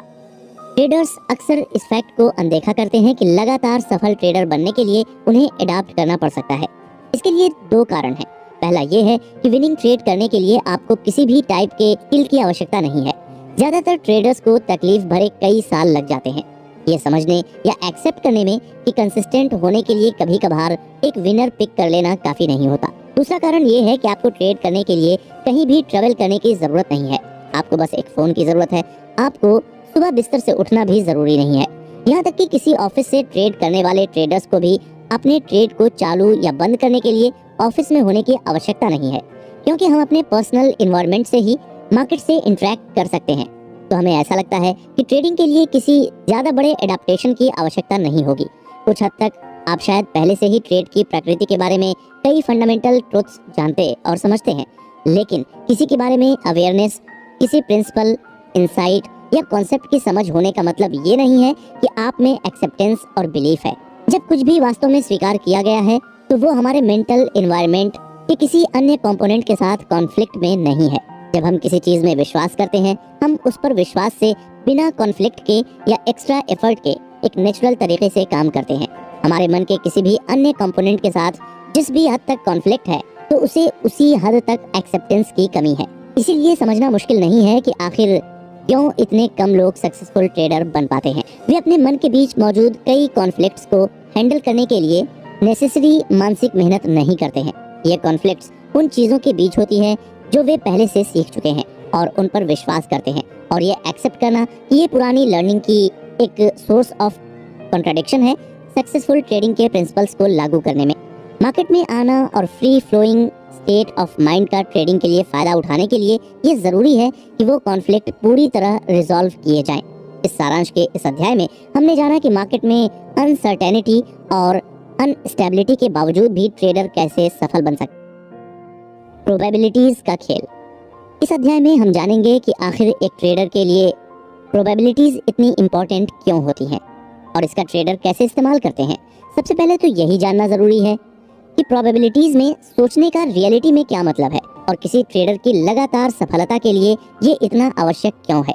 यदि आप इस अंतिम सेंटेंस को एनालाइज करते हैं तो आप देखेंगे कि लेखक ने कंसिस्टेंसी को प्रोबेबिलिटीज पर बेस्ड बताया है। ये एक कंट्राडिक्शन की तरह लगता है। कोई कैसे उस इवेंट से कंसिस्टेंट आउटकम दे सकता है जिसका अनिश्चित प्रोबेबल आउटकम है। इसको समझने के लिए हमें बस इतना करना है कि हमें गैम्बलिंग इंडस्ट्री को देखना है। कॉर्पोरेशंस बड़ी मात्रा में पैसा खर्च करते हैं, करोड़ों में या शायद अरबों में, आलीशान होटल बनाने में, ताकि लोगों को अपने कैसीनो की ओर अट्रैक्ट कर सकें। यदि आप लॉस वेगास गए हैं तो आप ठीक ठीक से जानते हैं कि लेखक क्या कहना चाह रहे हैं। गेमिंग कॉर्पोरेशन भी अन्य कॉर्पोरेशन की तरह ही हैं। इसमें उन्हें बोर्ड ऑफ डायरेक्टर्स और शेयर होल्डर्स को ये बताना होता है कि वे अपनी एसेट्स कैसे और कहां एलोकेट करते हैं। आपको क्या लगता है कि वो लोग इतनी आसानी से जस्टिफाई कर पाते अगर गैम्बलिंग के गेम का आउटपुट इतना रैंडम ही होता तो? जरा सोचिए इस बारे में। लोगों को भले ही लगता हो कि वो कैसीनो जाके अमीर बन जाएंगे, लेकिन जीतते हमेशा कैसीनो वाले ही हैं। प्रत्येक ट्रेड जिसे कोई भी ट्रेड करने का निर्णय लेता है का आउटकम किसी न किसी तरह से उस बाजार में पार्टिसिपेट करने वाले अन्य ट्रेडर्स के व्यवहार से प्रभावित होता है, जिससे सभी ट्रेडों का आउटकम अनसर्टेन होता है।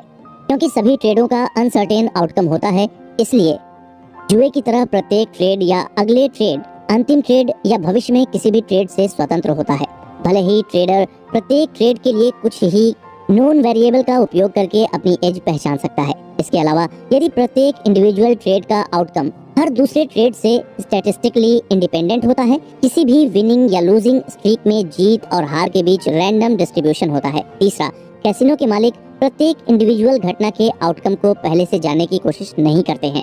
इस फैक्ट के अलावा ये बहुत मुश्किल होगा सभी अननोन वेरिएबल को देखते हुए प्रत्येक खेल में कंसिस्टेंट परिणाम बनाने आवश्यक नहीं है। कैसीनो ऑपरेटरों ने सीखा है कि बस उन्हें इतना करना है कि वे सभी ऑड्स को अपने पक्ष में रखें और इतनी ज्यादा इवेंट्स करनी है कि उनका एज को अपना काम करने का पर्याप्त अवसर मिले। जिन ट्रेडर्स ने प्रोबेबिलिटी में सोचना सीख लिया है वे लगभग एक ही पर्सपेक्टिव से बाजारों का रुख करते हैं।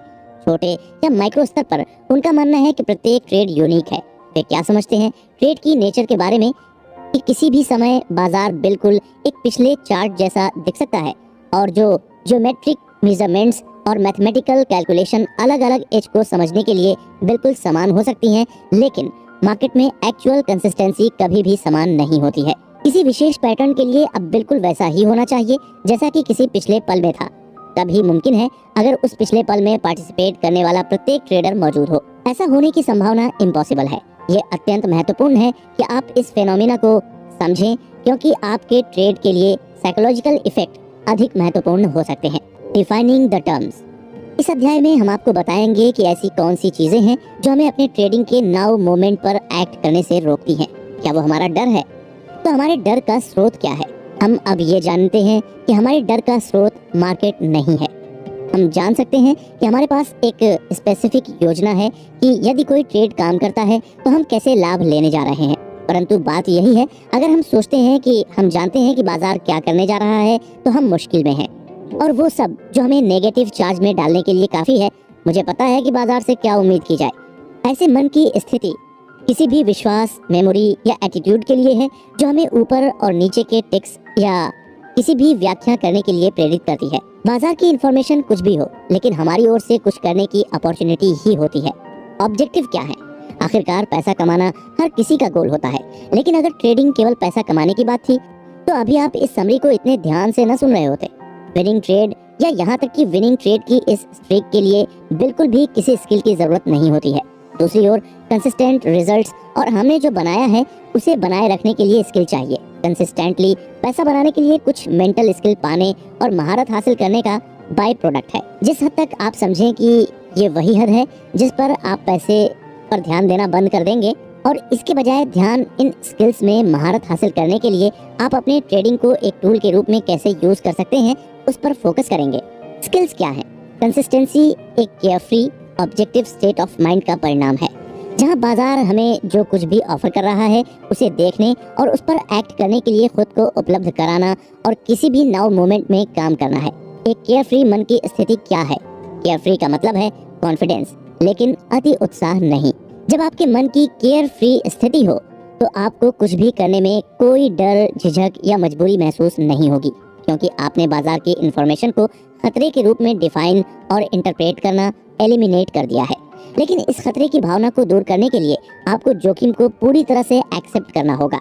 जब आपने जोखिम एक्सेप्ट कर लिया है, आप किसी भी आउटकम के साथ शांति से रहेंगे। किसी भी आउटकम के साथ शांति से रहने के लिए आपको खुद ही रिकंसाइल करना होगा। इसके अलावा आपको इन सच्चाइयों को अपनी मानसिक सिस्टम में कोर विश्वासों के रूप में इंटीग्रेट करना होगा। ऑब्जेक्टिविटी क्या है? ऑब्जेक्टिविटी मन की ऐसी अवस्था है जहां आपकी हर चीज के प्रति कॉन्शियस पहुंच होती है, जहां आपने बाजार की नेचर ऑफ मूवमेंट के बारे में जान लिया है। दूसरे शब्दों में, आपके पेन अवॉइडेंस मैकेनिज्म कुछ भी ब्लॉक या चेंज नहीं कर रहे हैं। खुद को उपलब्ध कराने का क्या मतलब है? स्वयं को उपलब्ध कराने का मतलब है कि ऐसे कॉन्शियस तरीके से ट्रेड करना कि आप कुछ साबित करने की कोशिश नहीं कर रहे हैं। आप जीतने या हारने से बचने की कोशिश नहीं कर रहे हैं। आप न ही अपने पैसे वापस पाने या बाजार से बदला लेने की कोशिश कर रहे हैं। दूसरे शब्दों में, आप बाजार में आते हैं, इसके अलावा कोई एजेंडा नहीं है कि इसे किसी भी तरह से अनफोल्ड होने दें और आपके लिए उपलब्ध अवसरों को पहचानने और उनका लाभ उठाने के लिए मन की सबसे अच्छी स्थिति में रहें। नाउ मोमेंट क्या है? नाउ मोमेंट में ट्रेडिंग करने का मतलब है कि कोई भी पोटेंशियल नहीं है किसी पिछले अनुभव के साथ ट्रेड में शामिल होने, बाहर निकलने, ऐड या किसी ट्रेड से अलग होने का पास्ट एक्सपीरियंस जो आपके मानसिक वातावरण में पहले से मौजूद है। इसके साथ ही फंडामेंटल ट्रूथ और स्किल्स भी एक दूसरे से जुड़े हुए हैं। अब आपके मन में होगा कि वो कैसे? लेखक ने 4 पॉइंट्स बताए हैं जिससे आपको ये भी यकीन हो जाएगा कि ये दोनों चीजें एक दूसरे से रिलेटेड हैं। पहला कि कुछ भी हो सकता है। क्यों? क्योंकि हर बाजार में हमेशा अननोन ताकतें ऑपरेट करती रहती हैं। हर पल दुनिया में कहीं ना कहीं केवल एक ट्रेड को आपके पॉजिटिव आउटकम को बिगाड़ने की जरूरत होती है। बस इतना ही, केवल एक। चाहे आपने कितना भी समय, एफर्ट या पैसा इन्वेस्ट किया हो, अपने एनालिसिस पर बाजार के नजरिए से इस सच्चाई का कोई एक्सेप्शन नहीं है। कोई एक्सेप्शन जो आपके दिमाग में मौजूद है कॉन्फ्लिक्ट का एक स्रोत होगा और पोटेंशियली आपको बाजार की इंफॉर्मेशन को थ्रेटनिंग समझने का कारण होगा। दूसरा है कि पैसा कमाने के लिए आपको ये जानने की जरूरत नहीं है कि आगे क्या होने वाला है। अगर आपको लगता है कि कुछ भी हो सकता है तो आपको ये जानने की जरूरत नहीं है कि आगे क्या होने वाला है। पैसा कमाने के लिए तो आप हमेशा सही रहेंगे। आपकी अपेक्षाएं हमेशा बाजार के नजरिए से जैसी स्थितियां मौजूद हैं उन्हीं के मुताबिक रहेंगी, जो आपकी इमोशनल पेन की पॉसिबिलिटी को प्रभावी ढंग से बेअसर कर रही हैं। उसी टोकन से लूजिंग ट्रेंड या यहाँ तक कि लूजिंग स्ट्रीक भी कैसे टिपिकल नेगेटिव इफेक्ट डाल सकती हैं, यदि आप वास्तव में मानते हैं कि ट्रेड एक प्रोबेबिलिटी या संख्या का खेल है। अगर आपका एज आपके पक्ष में बाधाओं को डालती है, फिर हर हार आपको जीत के बहुत करीब लाती है। जब आप सच में इस पर विश्वास करें कि एक लूजिंग ट्रेड के प्रति आपकी रिएक्शन अब नेगेटिव इमोशनल क्वालिटी नहीं लेगी, तब आप एक सफल ट्रेडर बनने के एक और सीढ़ी चढ़ जाते हैं। तीसरा फंडामेंटल ट्रूथ ये है कि जितने भी वेरिएबल हैं उनका विंस और लूजेस के बीच एक रैंडम डिस्ट्रीब्यूशन होता है। अगर हर लॉस आपको विन के इतना करीब लाती है तो आप अगली एज का इंतजार कर रहे होंगे जिसमें बिना किसी झिझक के आप दांव लगा सकते हैं। दूसरी ओर, अगर आप अभी भी मानते हैं कि ट्रेडिंग एनालिसिस के बारे में है या खुद को सही साबित करने के लिए है, तो नुकसान के बाद आप घबराहट के साथ अपने अगले एज का अनुमान लगाया करेंगे, ये सोचकर कि क्या ये काम करने वाला है। इससे आप उस ट्रेड के लिए या उसके खिलाफ सबूत इकट्ठा करना शुरू कर देंगे। आप ट्रेड के लिए सबूत इकट्ठा करेंगे यदि आपके फियर ऑफ लूजिंग से फियर ऑफ मिसिंग आउट अधिक है। इन दोनों कंडीशन में आप कंसिस्टेंट देने के लिए मन की सबसे कंडक्टिव स्थिति में नहीं आ पाएंगे। चौथा फंडामेंटल ट्रूथ ये है कि एक एज एक चीज के खत्म होने की हायर प्रोबेबिलिटी के इंडिकेशन से ज्यादा कुछ नहीं है। कंसिस्टेंसी बनाने के लिए ये आवश्यक है कि आप पूरी तरह से एक्सेप्ट करें कि ट्रेड उम्मीद, सोचने या अगले ट्रेड फायदेमंद होगा कि नहीं, ये तय करने के लिए एक या दूसरे तरीके से सबूत इकट्ठा करना नहीं है। जो एविडेंस आपको एकत्र करने की आवश्यकता है वो ये है कि क्या वे वेरिएबल जो आप एज को डिफाइन करने के लिए यूज करते हैं किसी भी समय या पल में मौजूद हैं। जब आप अन्य इंफॉर्मेशन यूज करते हैं तो अपने एज के पैरामीटर्स के बाहर ये तय करने के लिए कि क्या आप ट्रेड करेंगे, आप अपने ट्रेड व्यवस्था में रैंडम वेरिएबल जोड़ रहे हैं। रैंडम वेरिएबल्स जोड़ने से ये निर्धारित करना बेहद मुश्किल हो जाता है कि ये डिटरमाइन करना कि क्या काम करता है और क्या नहीं। यदि आप अपनी एज की विएबिलिटी के बारे में श्योर नहीं हैं, तो आप इसके बारे में बहुत कॉन्फिडेंट महसूस नहीं करेंगे। जिस हद तक आप में आत्मविश्वास की कमी है, आप उतना ही फियर महसूस करेंगे। आयरनी ये है कि आप डरेंगे रैंडम इनकंसिस्टेंट रिजल्ट से ये महसूस किए बिना कि आपका रैंडम इनकंसिस्टेंट अप्रोच ठीक वही पैदा कर रहा है जिससे आप डरते हैं।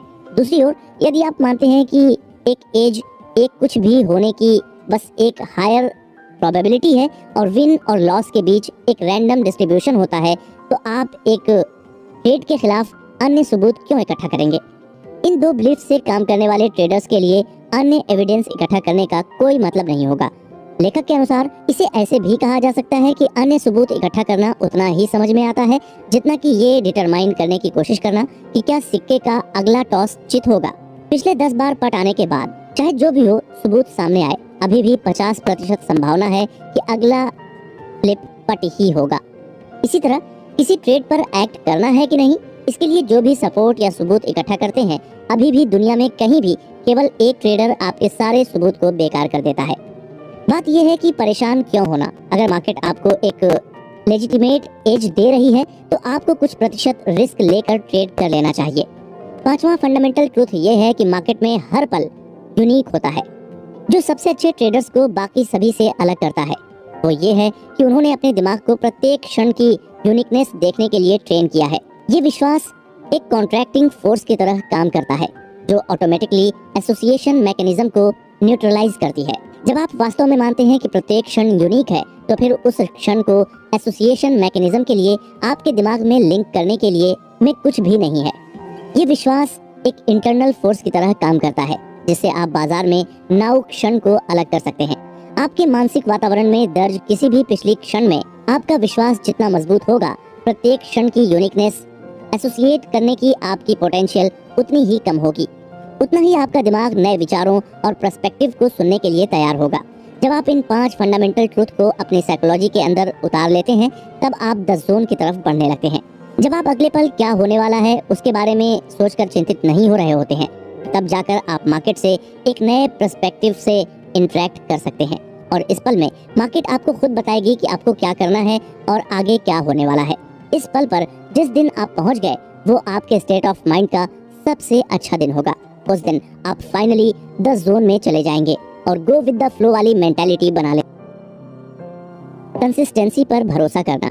इस बुक समरी के इस आखिरी अध्याय में हम आपको बताएंगे कि कैसे आप कंसिस्टेंसी पर भरोसा कर सकते हैं और कैसे आपको अपने आप को इतना मेंटली स्ट्रांग बनाना है कि आप इस कंसिस्टेंसी पर भरोसे को टूटने नहीं देंगे। ये विश्वास पैदा करना कि मैं एक कंसिस्टेंट विनर हूँ, ये प्राइमरी ऑब्जेक्टिव है। इसे स्टेप बाय स्टेप में तोड़े बिना इम्प्लीमेंट करना बहुत ब्रॉड और एब्स्ट्रैक्ट प्रोसेस है। तो लेखक ने इस विश्वास को उसके सबसे छोटे टुकड़े में करके फिर प्रत्येक पार्ट को एक डोमिनेंट विश्वास के रूप में इंटीग्रेट करने का प्लान किया है। कुछ ऐसे ही सब बिलीफ जो अब हम आपको बताएंगे बिल्डिंग ब्लॉक है एक अच्छे ट्रेडर बनने के लिए और कंसिस्टेंट विनर बने रहने के लिए। तो आपको ये सोचना है, मैं कंसिस्टेंट विनर हूँ क्योंकि 1. मैं ऑब्जेक्टिवली अपने एज की पहचान करता हूँ। 2. मैं प्रत्येक ट्रेड के जोखिम को पहले से डिफाइन करता हूँ। 3. मैं पूरी तरह से जोखिम एक्सेप्ट करता हूँ या मैं ट्रेड को छोड़ने के लिए तैयार हूँ। 4. मैं बिना किसी हिचकिचाहट के अपने एज पर एक्ट करता हूँ। 5. मैं खुद को पे करता हूँ क्योंकि बाजार मुझे पैसा उपलब्ध कराता है। 6. मैं मिस्टेक करने की अपनी टेंडेंसी को लगातार मॉनिटर करता हूँ। 7. मैं कंसिस्टेंट सक्सेस के इन प्रिंसिपल्स की इम्पोर्टेंस को समझता हूँ और इसलिए मैं उनका कभी उल्लंघन नहीं करूँगा। ये बिलीफ्स कंसिस्टेंसी के 7 प्रिंसिपल्स हैं। इन प्रिंसिपल्स को अपने मानसिक सिस्टम में इंटीग्रेट करने के लिए फंक्शनल स्तर पर आवश्यक है कि आप जानबूझकर ऐसे अनुभवों की एक सीरीज बनाएं जो उनके साथ कंसिस्टेंट हों। 5 सत्य भी एक स्टेट ऑफ माइंड पैदा करेंगे जिसमें आप वास्तव में ट्रेड के जोखिमों को एक्सेप्ट करेंगे।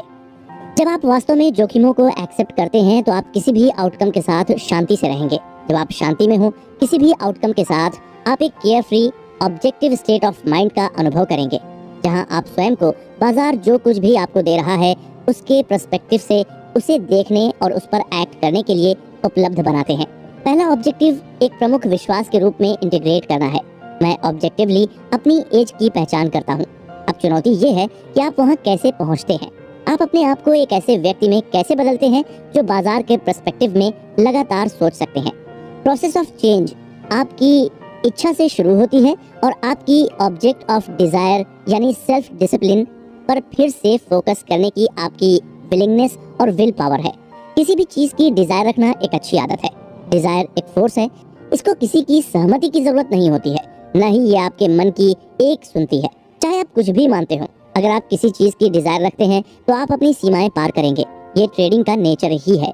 ट्रेडों की कम से कम एक सैंपल साइज के माध्यम से पाने से पहले ये अनुमान लगाने की कोशिश न करें कि इसमें कितना समय लगेगा। बिना किसी डेविएशन, डिस्ट्रैक्ट करने वाले विचारों या एक्ट करने में झिझक के अपनी प्लान को फॉलो करना, इसमें जितना समय लेता है। सोचिए, यदि आप एक प्रोफेशनल गोल्फर बनना चाहते हैं तो अपने आप को हिट करने के लिए डेडिकेशन एक्स्ट्रा ऑर्डिनरी नहीं होगा। 10,000 या अधिक गोल्फ बॉल्स, जब तक कि आपके स्विंग में मूवमेंट का प्रिसाइज कॉम्बिनेशन इतना बिल्ट इन न हो जाए कि आपकी मसल्स मेमोरी में कि अब आपको इसके बारे में कॉन्शियसली सोचना नहीं पड़े।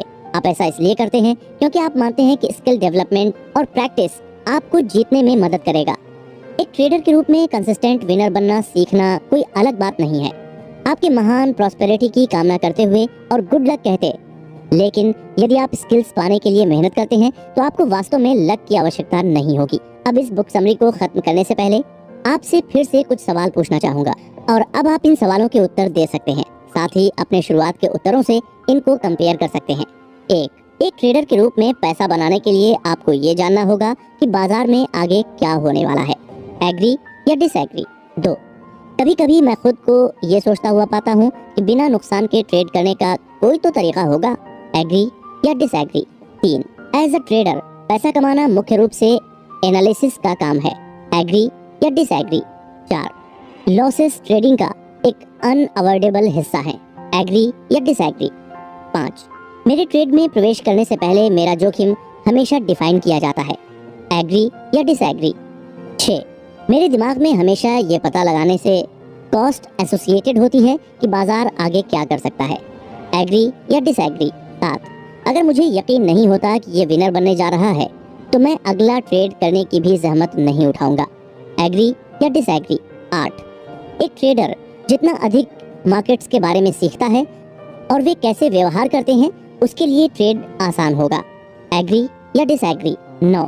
मेरी मेथोडोलॉजी मुझे बताती है कि मार्केट की किन परिस्थितियों में ट्रेड में प्रवेश करना है या बाहर निकलना है, एग्री या डिसएग्री। 10 यहाँ तक कि जब मेरे पास अपनी स्थिति को रिवर्स के लिए एक क्लियर सिग्नल होता है तब भी मुझे ऐसा करना बेहद मुश्किल लगता है, एग्री या डिसएग्री। 11 मुझे कंसिस्टेंट सक्सेस की अवधि मिलती है जिसके बाद आमतौर पर कुछ काफी भारी गिरावट मेरी इक्विटी में आती है, एग्री या डिसएग्री। 12 जब मैंने पहली बार ट्रेड करना शुरू किया तो मैं अपनी ट्रेड मेथोडोलॉजी को बेतरतीब ही कह सकता हूँ, जिसका मतलब है कि कुछ बहुत दर्द के बीच कुछ सफलता, एग्री या डिसएग्री। 13 मैं अक्सर ये महसूस करता हूँ कि बाजार पर्सनली मेरे खिलाफ है, एग्री या डिसएग्री। 14 जितना मैं लेट गो की कोशिश करता हूँ मुझे अपने पिछले इमोशनल वुंड्स को पीछे छोड़ना बहुत मुश्किल लगता है, एग्री या डिसएग्री। 15 मेरे पास मनी मैनेजमेंट फिलॉसफी है और इस प्रिंसिपल पर बेस्ड है, जब भी मार्केट मौका दे तो थोड़ा पैसा मार्केट से निकाल लेना चाहिए, एग्री या डिसएग्री। 16 एक ट्रेड का काम मार्केट बिहेवियर में ऐसे पैटर्न की पहचान करना है जो एक अपॉर्चुनिटी रिप्रेजेंट करते हैं और फिर रिस्क पता लगाना कि क्या ये पैटर्न पहले की तरह अपने आप चलेंगे, एग्री या डिसएग्री। 17 कभी कभी मैं ये महसूस करता हूँ कि मैं बाजार का विक्टिम हूँ, एग्री या डिसएग्री। 18 जब मैं ट्रेड करता हूँ तो मैं आमतौर पर एक ही टाइम फ्रेम में फोकस्ड रहने की कोशिश करता हूँ, एग्री या डिसएग्री। 19 सक्सेसफुली ट्रेड करने के लिए ज्यादातर लोगों के दायरे से कहीं अधिक मानसिक लचीलेपन की आवश्यकता होती है, एग्री या डिसएग्री। 20 ऐसे समय होते हैं जब मैं निश्चित रूप से बाजार के प्रवाह को महसूस कर सकता हूँ, हालांकि मुझे अक्सर इन फीलिंग्स पर एक्ट करने में मुश्किल होती है, एग्री या डिसएग्री।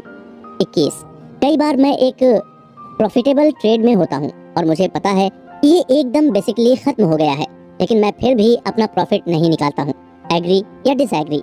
22 मैं किसी भी ट्रेड में कितना भी पैसा कमा लूं, मैं शायद ही कभी सेटिस्फाई होता हूँ और महसूस करता हूँ कि मैं और कमा सकता था, एग्री या डिसएग्री। 23 जब मैं कोई ट्रेड करता हूँ तो मुझे लगता है कि मेरा पॉजिटिव एटीट्यूड है, मैं उस सारे पैसे को एंटिसिपेट करता हूँ जो उस ट्रेड से पॉजिटिव तरीके से मैं कमा सकता हूँ, एग्री या डिसएग्री। 24 एक ट्रेडर का समय के साथ धन इकट्ठा करने की एबिलिटी का सबसे महत्वपूर्ण हिस्सा है अपनी कंसिस्टेंसी में विश्वास रखना, एग्री या डिसएग्री।